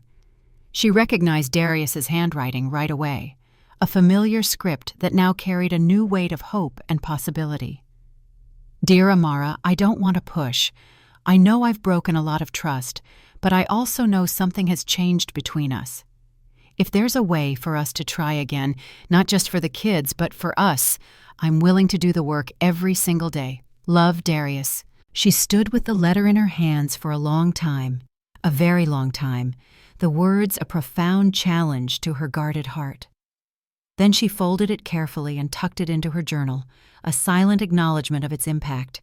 She didn't reply, not with words, but she made up an extra portion of lunch that day and dropped it into a lunchbox labeled Dad. Amdi azu sabasa. It was a small, unspoken gesture, a tentative step forward, acknowledging his presence, his efforts, and the stirring of something she hadn't dared to name. Later that week, Darius showed up with his biggest surprise yet. Tickets to a weekend getaway, a quiet cabin on Lake Marion, only 2 hours away. "Nothing fancy, just family. I know we're not there yet," he said cautiously, reading her expression. "But the kids deserve something special. No big crowds, just water, trees, stars, and marshmallows." Amara raised a brow, a flicker of amusement dancing in her eyes. "You trying to kidnap us into trusting you?" He laughed, a genuine, joyful sound. "No, ma'am, just applying for the job of full-time dad." She looked down at the tickets, the promise of a peaceful escape, a chance to truly be a family. "And what's my job in that plan?" He met her eyes, something raw and honest in his voice. "Yours? You're the boss, the anchor, the reason I'm still standing." His words were a powerful declaration, acknowledging her strength and centrality to their new life. At the cabin, the kids shrieked with delight. There was a loft with bunk beds, a fire pit, and a canoe tied to a little wooden dock, all the ingredients for childhood dreams. Darius, embracing his role, taught the boys how to paddle, their small arms flailing in joyful attempts. Amara, ever the practical one, taught Malia how to toast marshmallows without lighting them on fire, a small but essential life skill. That night, around the crackling fire, the kids begged for a story. Darius started one, then, with a playful nudge, let Amara finish it. And as the flames flickered across their faces, illuminating their shared laughter, Amara saw something in him, something that used to live in her long ago, home. It was a profound realization, a feeling of belonging that had been absent for far too long. This getaway wasn't just a break, it was a deliberate act of family building, a test of their nascent unity. Later, after the kids had fallen asleep, curled on sleeping bags in the loft, Amara stepped out onto the porch to find Darius staring up at the stars. He handed her a blanket and a glass of wine, a simple gesture of shared peace. "Beautiful night," he murmured. She nodded, the quiet comfort of his presence a new, welcome sensation. Then slowly, almost hesitant, she whispered, "They made a wish to live with you." Darius turned, his gaze intense, filled with an unwavering hope. "I'd give anything to make that come true, even if it means living under my rules." He smiled, a genuine, warm smile. "Amara, I'd sleep in a tent in your hallway if it meant being near them." "And you?" he asked, his voice soft, inviting her vulnerability. She looked away, but her voice cracked slightly, revealing the raw emotion beneath her carefully constructed composure. "They want us to be a family." He stepped closer, the unspoken question hanging in the air. "And what do you want?" Silence. Then quietly, a confession that had been buried deep within her heart. "I want to believe in love again. I want to stop living like I'm always waiting for the other shoe to drop." Darius nodded, his understanding palpable. Then, he took her hand gently, his touch a silent promise. "Then let's stop waiting." She didn't pull away. For the first time, she let herself lean into him. Just a little, just enough. The cracks in her armor were finally starting to yield, allowing a sliver of hope to penetrate. This moment, filled with vulnerability and mutual understanding, is a crucial turning point, signaling Amara's tentative readiness to open her heart again. "You've got company." The security guard at the school gate called over to Amara as she walked across the parking lot, arms full of student notebooks and worksheets, her mind still replaying the tender moments from the cabin. She turned, squinting against the midday sun, and her breath caught. Diane King, tall, impeccably dressed in a tailored navy pantsuit, pearls glinting at her throat, sunglasses perched like a crown. Darius's mother stood there like she owned the pavement beneath her heels, an undeniable force of old money and simmering resentment. "Hello, Amara," she said smoothly, removing her glasses, her eyes, sharp and calculating, raking over Amara. Amara didn't stop walking, a defiant act of ignoring the unwelcome intrusion. "You're not welcome here." Diane fell into step beside her, her voice a low purr, designed to sound reasonable while delivering a veiled threat. "I'm not here to cause trouble. I just wanted to see my grandchildren." Amara spun around, her patience snapping. "You have grandchildren now? Funny you didn't seem interested when I was 6 months pregnant and sobbing on your marble floor." Diane sighed, a practiced gesture of exasperation. "That was a long time ago." "And those 3 children have survived 5 birthdays without your flowers or phone calls," Amara countered, her voice rising with righteous indignation. "So forgive me if I don't give a damn about what was a long time ago." Diane's expression twisted, her carefully maintained composure cracking. "You're poisoning them against me, I see, just like you poisoned Darius." "Excuse me?" Amara challenged, stepping forward, her anger now fully ignited. "He's different now. Obsessed, defiant. You've manipulated him into believing your version of the past." Amara took another step forward, her voice a furious whisper. "Your version is the one where I was disposable, where your son never knew he had children, where your lies kept us all apart. You don't get to rewrite the truth, Diane, not anymore." Diane's voice dropped low, a chilling, veiled threat. "Do you really think this ends in your favor? You're just a woman he couldn't forget. That doesn't make you permanent." "No," Amara countered, her voice now steady and resolute, "but being the mother of his children does." A few teachers walking by paused awkwardly, sensing the charged tension. Amara turned without another word and walked away, fists clenched, but inside her stomach churned. The enemy hadn't disappeared. She was just waiting. This confrontation is a stark illustration of the ongoing battle against entrenched privilege and the resilience required to stand up for one's truth against a powerful adversary. Later that evening, Darius knocked on Amara's door, a bag of groceries in one arm and his firehouse jacket slung over the other, a picture of domesticity juxtaposed with the day's drama. She opened the door with a hard look, her face etched with residual anger. "Your mother was at my school today." He blinked, stunned. "What?" "She came uninvited, unannounced, and she had the nerve to say I poisoned you against her." Darius set the groceries down and exhaled, his whole body tensing, the news confirming his worst fears about his mother's relentless interference. "I told her to stay away from you, from the kids. Clearly, she didn't listen." He rubbed his jaw, pacing, his frustration evident. "I'll talk to her. She won't come near you again." Amara folded her arms, her gaze unwavering. "I don't need you to talk, Darius. I need to know whose side you're on, fully. Not halfway, not 1 foot in the door and 1 back at the estate." He stopped pacing, his eyes meeting hers, full of conviction. "I already chose the moment I held Micah and felt his heartbeat next to mine. When Malia hugged me like I belonged. When Miles cried because I missed one of his jokes. I chose you. I chose them." "Then prove it," she challenged, her voice a demand for concrete action, not just words. He frowned. "How?" She walked over, pulled a box from under the table, and opened it. Inside were documents, birth certificates, school records, medical forms, all signed by her alone. "You want to be their father? Be it on paper. Step into the role, not as a visitor, not as a friend, as their legal parent." Darius reached for the papers without hesitation, his hand steady, his resolve absolute. "Where do I sign?" This moment is pivotal, marking Darius's definitive break from his past and his full legal commitment to Amara and the children. Meanwhile, back at the King estate, Diane sat across from her husband in the study, sipping tea with trembling hands, her composure finally crumbling. "He's not answering his phone anymore," she said, her voice tight with panic. "He's slipping away from us. That woman's taken everything." Mr. King, a quiet, conservative man who had always followed his wife's lead, set down his newspaper, his words, though softly spoken, carrying an unusual weight. Maybe he's simply becoming a father.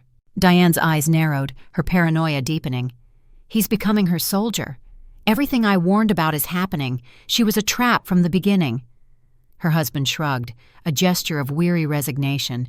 "Perhaps she wasn't the villain. Maybe we were."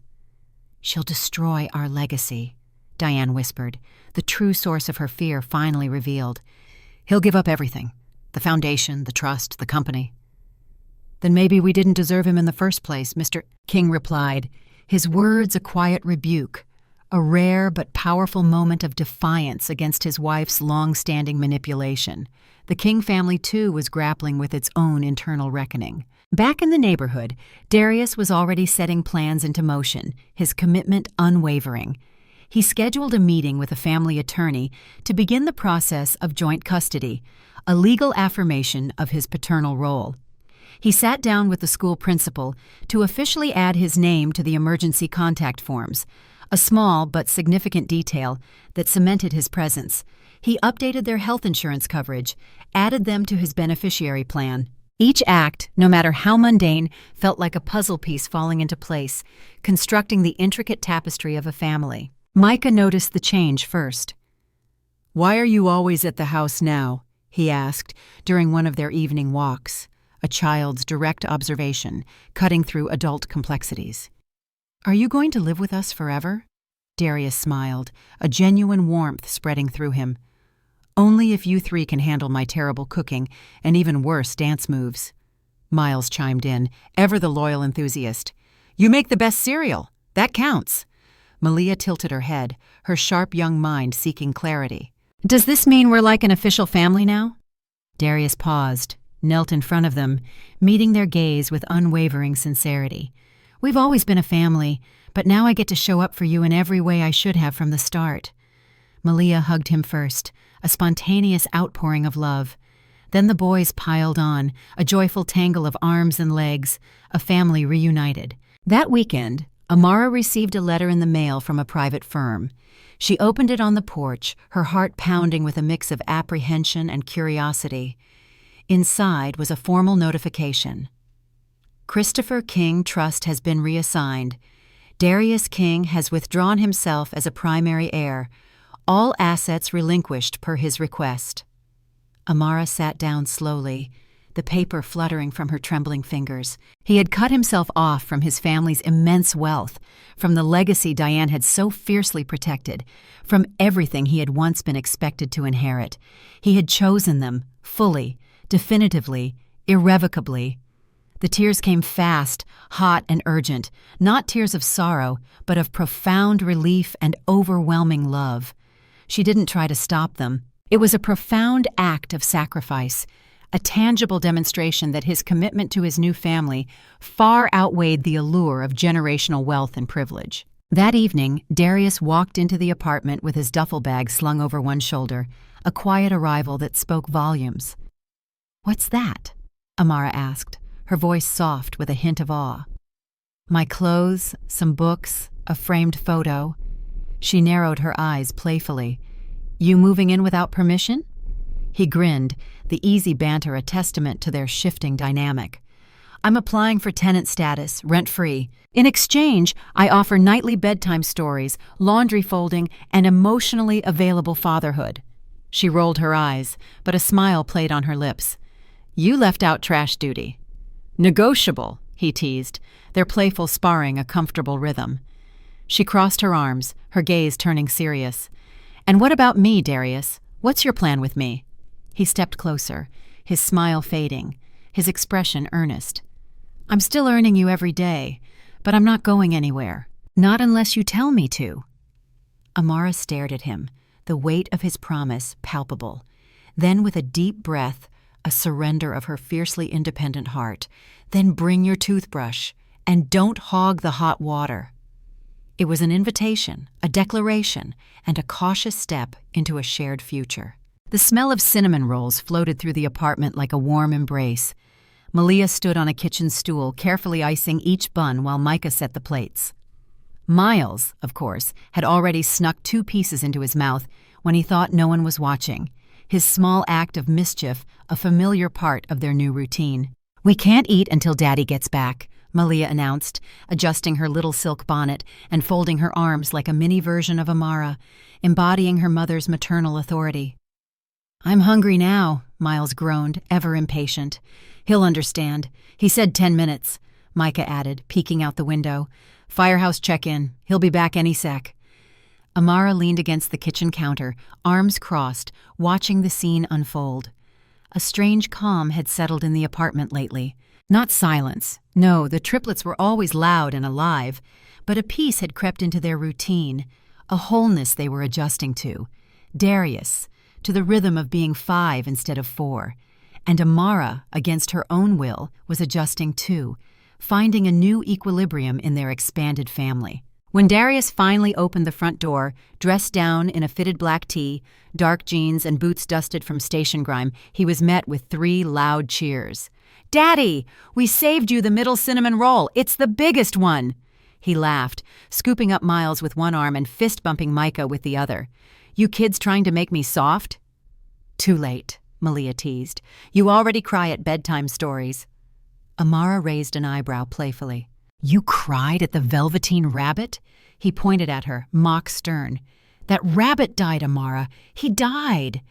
The whole kitchen erupted in laughter, a joyful cacophony that filled the small apartment with warmth and love. That evening, after the kids were tucked into bed, after their chorus of bedtime requests, a 10-minute wrestling match, and 2 return trips for water, Amara walked out onto the small balcony, blanket around her shoulders, mug of tea in hand.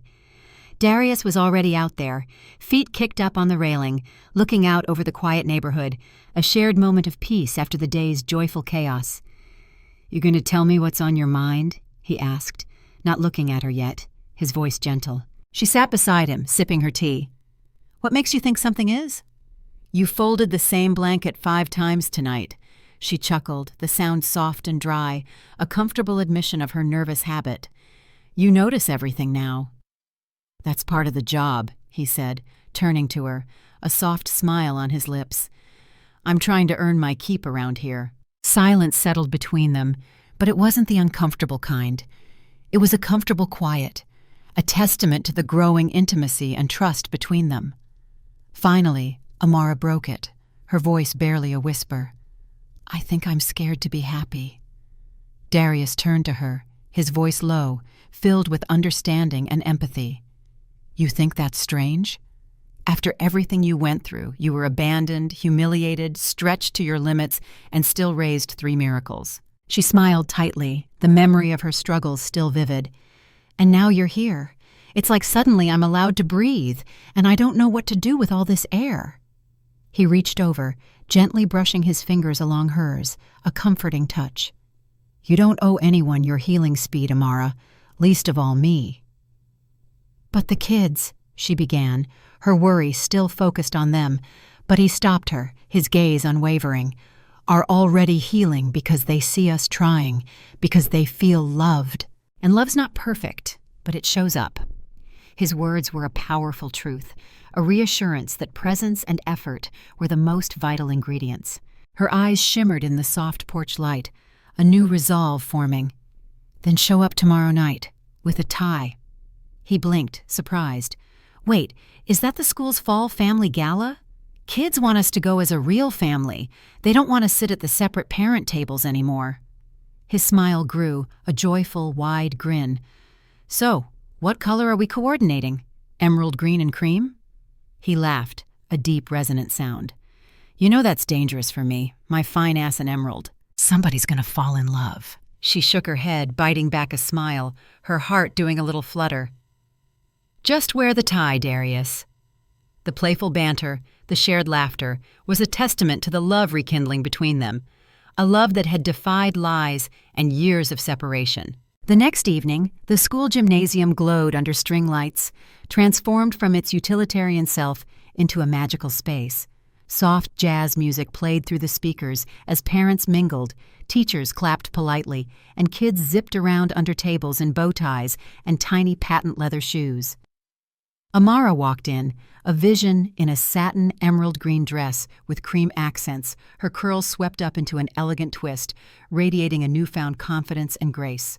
The triplets, their faces shining with excitement, each had on matching outfits: green ties, little cream suspenders, and brown dress shoes that squeaked when they walked, their small bodies a coordinated symphony of joy. Then Darius walked in. The room paused, a collective intake of breath. He was breathtaking. A dark emerald tie, perfectly matching Amara's dress, a fitted charcoal blazer over his broad chest, pants tailored, waves brushed clean.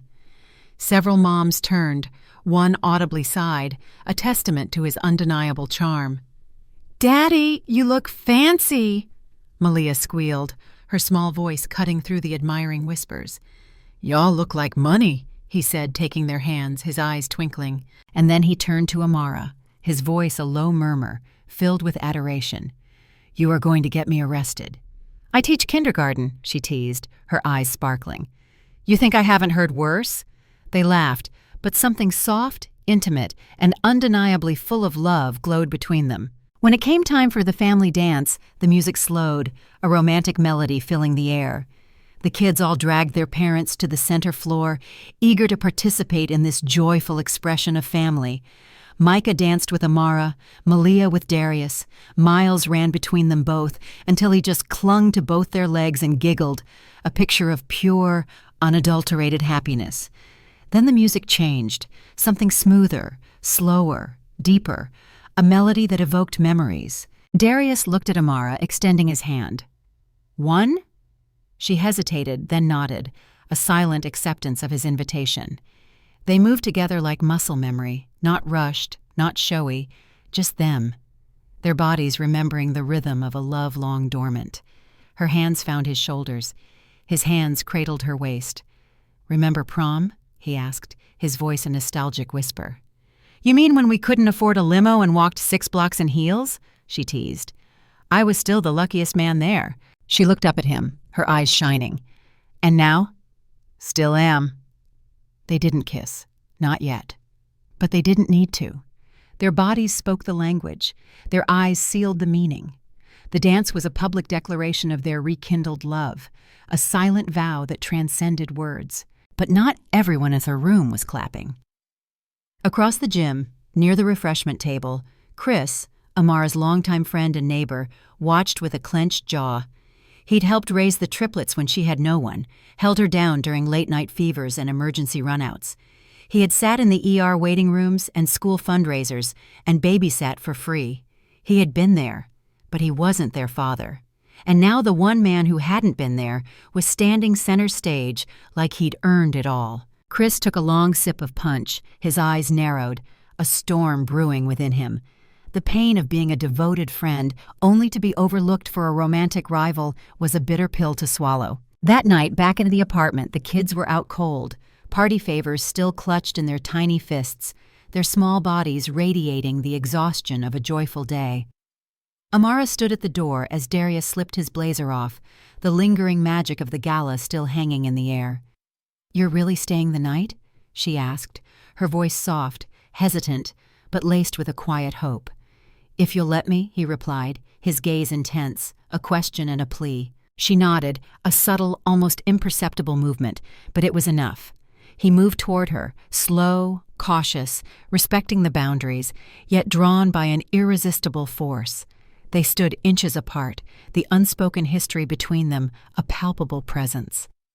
"I want this," he said softly, his voice thick with emotion. "I want you, all of you. The fights, the stubbornness, the late nights, the quiet moments, the chaos, the healing, everything." Amara didn't speak, but her hand rose to his face, her fingers resting gently on his jaw. And finally, she kissed him. Not rushed, not messy, just right. Almost like it had been waiting inside her all this time, a quiet ember now igniting into a steady flame. It was a kiss of healing, of forgiveness, and of a shared future finally embraced. Boom, boom, boom. The knock at the door rattled the apartment, jarring Amara from the shallow sleep she'd slipped into on the couch.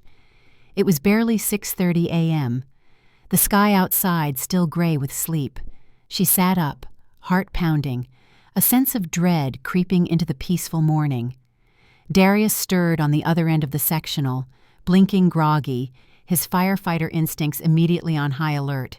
The kids were still asleep in their room. Thank God. Boom, boom! A voice followed, low and unmistakably male. "Amara, open the door. We need to talk." She froze, the voice a familiar, unwelcome sound. Darius sat up, his posture going rigid, his eyes narrowing. "Who the hell is that?" Amara already knew. She'd recognize that voice anywhere. Chris, her friend, her ex-confidant, the man who had held the Triplets as infants and walked with her through fire, and who hadn't said a word to her since the family gala 4 nights ago, until now. Another knock, this one faster, more insistent. "Amara, I'm not going to leave until you open this damn door." "Stay here," she told Darius quickly, grabbing her robe and cinching it tight, preparing for the inevitable confrontation. "Like hell I'm staying here," he muttered, already rising to follow, his protective instincts kicking in. She threw him a look, a silent plea for her autonomy. "Let me talk to him first, alone." He paused, his jaw tight with reluctance, but nodded, respecting her request. Amara cracked the door just enough to peer through. Chris stood there in a black hoodie and joggers, dark circles under his eyes, his fists clenched, his face a mask of pain and resentment. "You just going to pretend I don't exist now?" he snapped. "After everything?" She stepped out and closed the door gently behind her, wanting to shield the children from this raw adult drama. "It's 6 o'clock in the morning, Chris."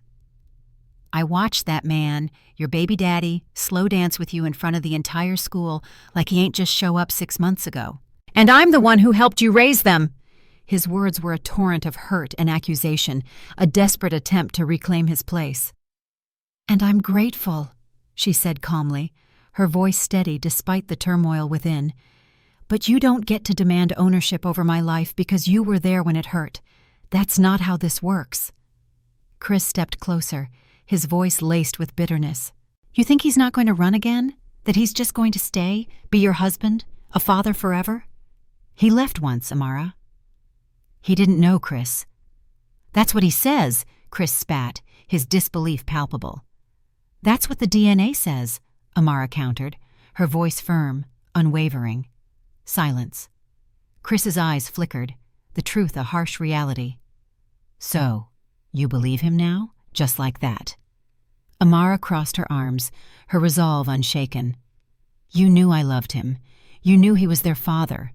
And you never told me how you really felt, not until he came back. Because I was waiting, hoping.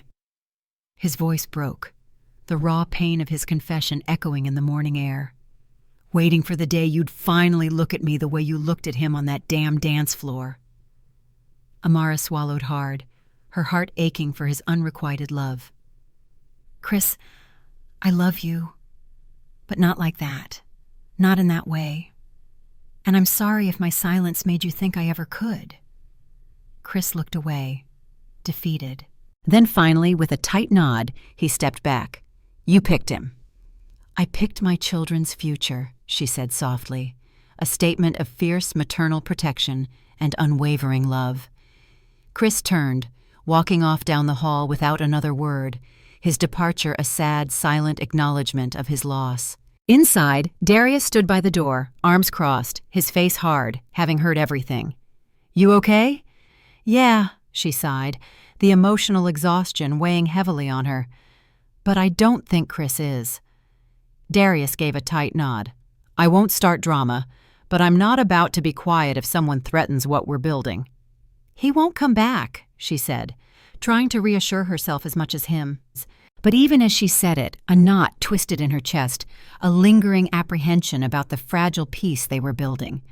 This difficult confrontation underscores the complex loyalties and emotional fallout that often accompany major life changes, especially when long-standing friendships are intertwined with unrequited romantic feelings. Later that week, things seemed to settle into a new, hopeful rhythm. Darius officially filed for joint legal custody. The attorney told them it could take months, but there were no contestations.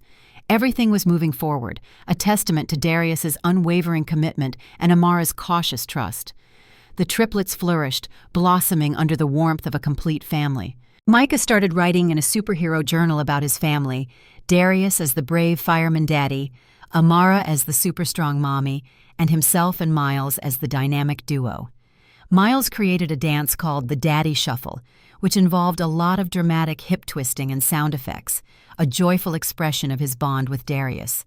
Malia, ever the articulate and perceptive one, walked into school one day and declared, I have a mom, a dad, and 2 emotional support brothers. Their innocent observations painted a vivid picture of their new, evolving reality. Amara and Darius had begun finding a rhythm, cooking together, alternating story times, sharing chores. It almost felt like a real home, a sanctuary built on rediscovered love and hard-won trust. But every joy came with a shadow. Diane King was not done. Her earlier threats had been a precursor to a more calculated, insidious attack. One rainy afternoon, Amara received a thick envelope from a law office. Inside was a letter with a tone colder than steel, a stark contrast to the warmth of their blossoming family. Dear Ms. Ellis, as the maternal guardian of the King legacy and estate, I am notifying you of a formal petition to review the custody agreement between my son and your children. It is our position that due to your former financial instability, absence of formal co-parenting contracts, and previous failure to notify my son of their existence, you are unfit to retain full physical custody. Consider this your notice. Diane L. King. Amara sat in the car, staring at the paper for 10 minutes, the rain outside mirroring the storm brewing within her. By the time she walked into the apartment, rain dripping off her coat, her hands were shaking, not from cold, but from pure, unadulterated fury.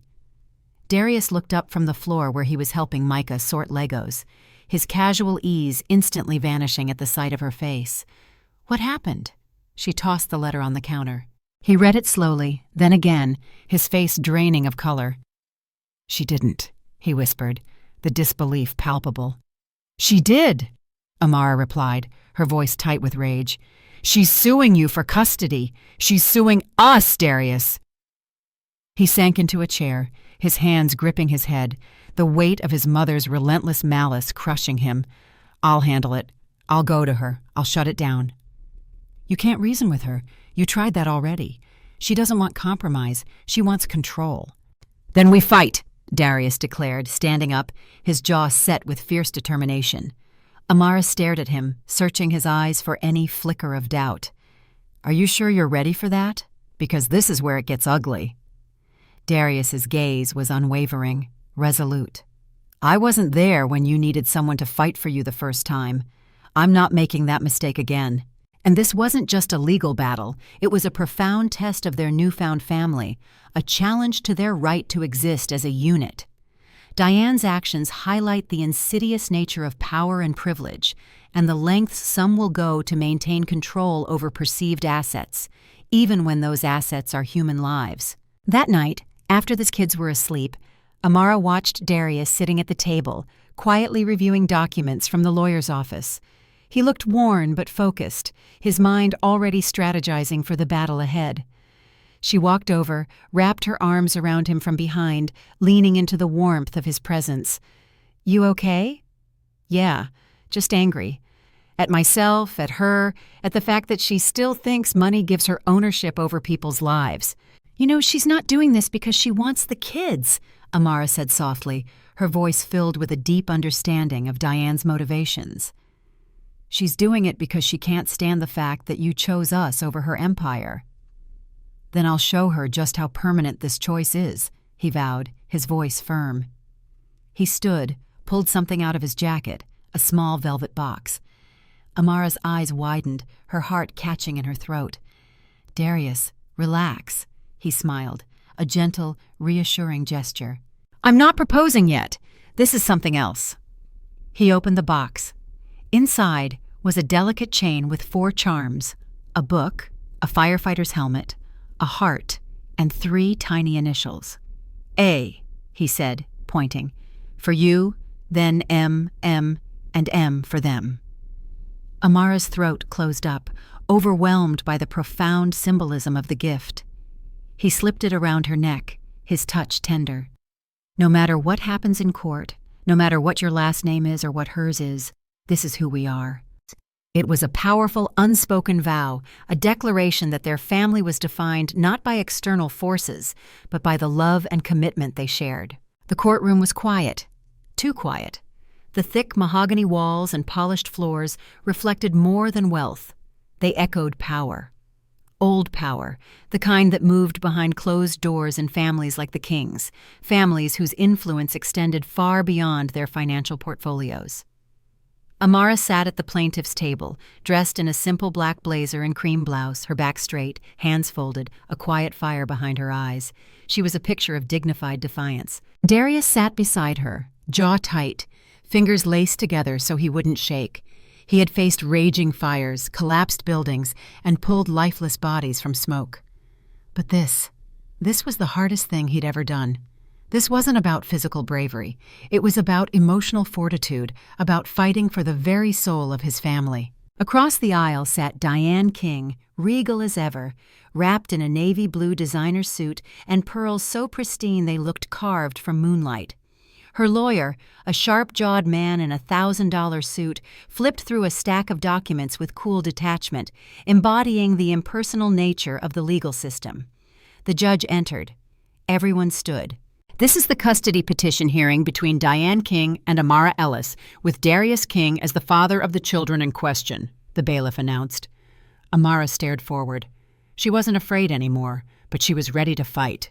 The trial opened with Diane's attorney, a master of subtle manipulation, claiming that Amara had withheld Darius's children from him, thereby putting their well-being at risk by raising them in unstable conditions. He read from reports about the small one-bedroom apartment, Amara's years of financial struggle, her past-due utility notices. "It is evident that Ms. Ellis did her best," he said smoothly, a condescending acknowledgement. "But intentions are not a substitute for capability." The argument was a classic tactic, exploiting social prejudices against single mothers and poverty. Then Diane took the stand, her voice carefully modulated, her eyes shimmering with feigned concern. I only want what's best for the children. I want them to know the world they come from, the opportunities they deserve. And that world includes separating them from their mother? Amara's lawyer asked during cross-examination, cutting straight to the heart of Diane's malicious intent. Diane's smile tightened, her facade cracking. If their mother is unwilling to cooperate with family expectations, then yes. The room buzzed, a ripple of unease. Darius nearly stood up right then, his anger a hot, urgent tide. But Amara grabbed his hand under the table, a silent message. Not yet. When it was their turn, Amara took the stand. Her voice was calm but firm, imbued with the strength of a mother who had fought for everything she had. I raised my children alone, not because I wanted to, because I had to. I thought Darius had abandoned me. I never once told them he was a bad man. I told them the truth I was given. She looked straight at Diane, her gaze unwavering, a powerful indictment. Your son didn't leave us. You pushed us away. Diane blinked, her composure finally shattered. Objection! Speculation! Her attorney said, leaping to his feet. Overruled, the judge said, her gaze steady. Let her speak. Amara continued, her voice gaining strength. You didn't just lie to me. You robbed Darius of years he'll never get back. You robbed those children of their father, and now you want to steal them again, this time permanently. Her voice broke slightly, but she didn't cry. She wouldn't. I'm not perfect, but I am their home. Her testimony was a powerful defense of maternal love and resilience, a direct challenge to the patriarchal notions of family ownership. Then came Darius. He rose slowly, his hands no longer trembling as he took the stand, his firefighter's poise now serving him in a different kind of battle. I didn't know I had kids, he said simply, his voice resonating with sincerity. If I had, this would be a different story, but I'm not here to rewrite the past. I'm here to fight for the future. He looked at his mother, his gaze a mix of sadness and steel. When I found out, I came back. Not just for a visit, not just for a birthday. I moved in, I stayed, I gave up the trust fund, the family company, every single dollar I inherited. Why? The judge asked, her voice intrigued. Darius looked to Amara, then toward the hallway door, where the triplets sat with a court-appointed advocate just outside the room, their innocent presence a powerful, silent testament. Because no amount of money matters if I'm not there when they lose their first tooth or scrape their knee or have a nightmare. I don't want to be a man who visits his children. I want to be the man they run to. His words were a profound declaration of his values, a complete rejection of his family's materialistic definition of success in favor of true, heartfelt connection.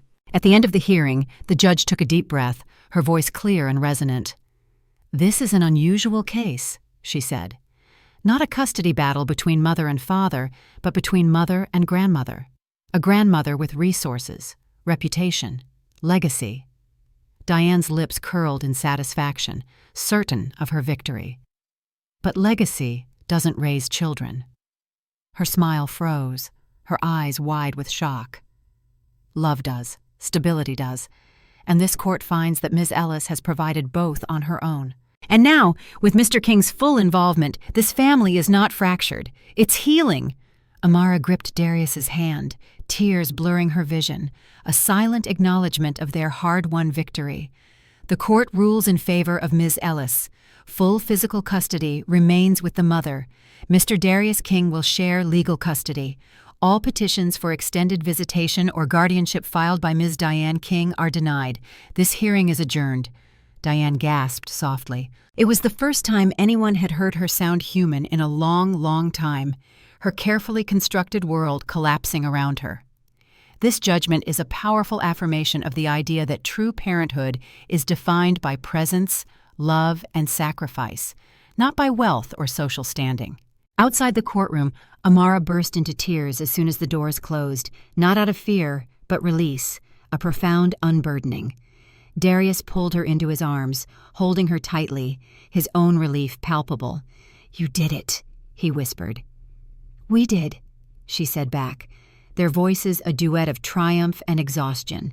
Their lawyer gave a thumbs up and left them to celebrate, but before they could take 2 steps, a small voice behind them said, "Mommy, Daddy!" They turned. The triplets ran full speed toward them, tuxedo pants and patent shoes sliding across the courthouse floor, their joy uncontainable. Malia got there first, wrapping her arms around Amara's legs. "Did we win?" Darius knelt, sweeping all three of them into a bear hug, his voice thick with emotion. "You always win," he whispered. That evening, the apartment was filled with laughter and music, a celebration of their hard-won peace. Takeout boxes covered the coffee table. The kids wore pajamas and paper crowns, symbols of their royalty within this new kingdom of love. Malia made a champion sash for her mom out of glitter glue and tulle. Micah wore one that said, "King of Family Court," and Miles taped construction paper wings to his back and declared himself Guardian Lawyer Angel, their innocent creativity a testament to their vibrant spirits. Amara finally collapsed onto the couch, her legs tucked under her, a glass of wine in hand, utterly exhausted but profoundly content. Darius sat beside her, equally exhausted but smiling, his eyes filled with a peace he hadn't known in years. "So what now?" he asked, his voice soft, hinting at the next chapter. She looked around at the vibrant chaos, the warmth, the love. "Now we live. No more running, no more court dates, no more fear." He nodded, then leaned close, his voice low, his eyes filled with a deeper intention. "What if I said, I don't just want to live with you, I want to build everything with you, forever?" Her eyes met his, sparkling with newfound hope and an undeniable connection. "I'd say you're about to propose without a ring again." He reached into his hoodie pocket, a playful smirk on his face. This time there was a ring, simple, elegant, with 3 tiny stones beside the main diamond. "One for each of them," he said softly, his voice thick with emotion. "You serious?" "Dead serious." Amara looked at the ring, then at the man who had crawled through fire, literal and emotional, to be here, to fight for her, for them. She didn't cry, she just whispered, "Yes."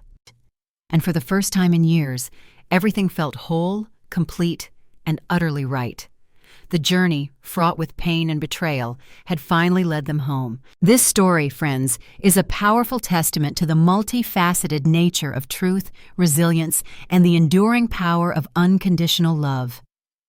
It's a narrative that forces us to ask ourselves, what truly defines a family? Is it merely blood? Or is it the unwavering commitment to show up, to fight, and to love, even when the past is riddled with pain and the future is uncertain? Darius's journey reminds us that true heroism extends beyond grand rescues. It lies in the courage to confront one's own ignorance, to dismantle the lies that have shaped your life, and to step into a role that demands immense sacrifice and unwavering presence. His decision to relinquish wealth and privilege for the sake of his children and the woman he loves is a profound statement against materialism and a powerful affirmation of genuine human connection. It teaches us that redemption is not a single act, but an ongoing process of consistent effort, vulnerability, and sustained commitment. Amara's story is a beacon of resilience. She faced unimaginable betrayal, the harsh realities of single motherhood, and the insidious prejudices of class. Yet she never broke. She built a loving, stable home for her children, demonstrating a strength that often goes unseen and unacknowledged in society. Her eventual decision to open her heart to Darius, after demanding he prove his worth, teaches us about the importance of setting boundaries, demanding respect, and embracing the terrifying possibility of happiness after profound pain.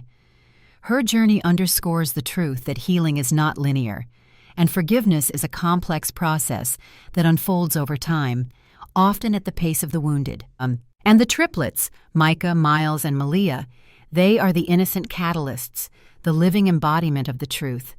Their intuitive connection to Darius, their unwavering desire for a real family, reminds us of the innate wisdom of children, their ability to cut through adult complexities and identify authentic love.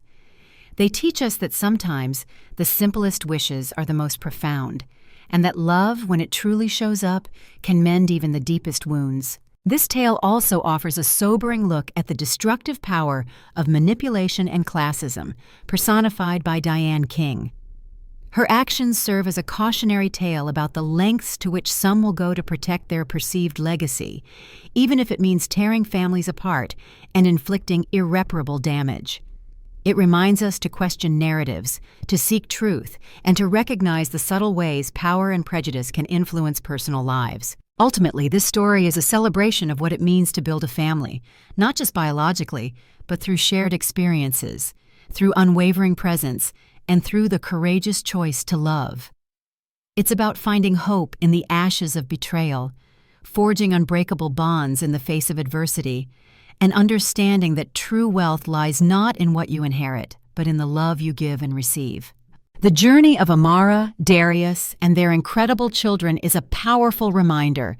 Even when fate throws its cruelest twists and lies threaten to consume everything, the human spirit, fueled by love and a fierce commitment to truth, can always find its way home. Thank you for joining us on this emotional journey.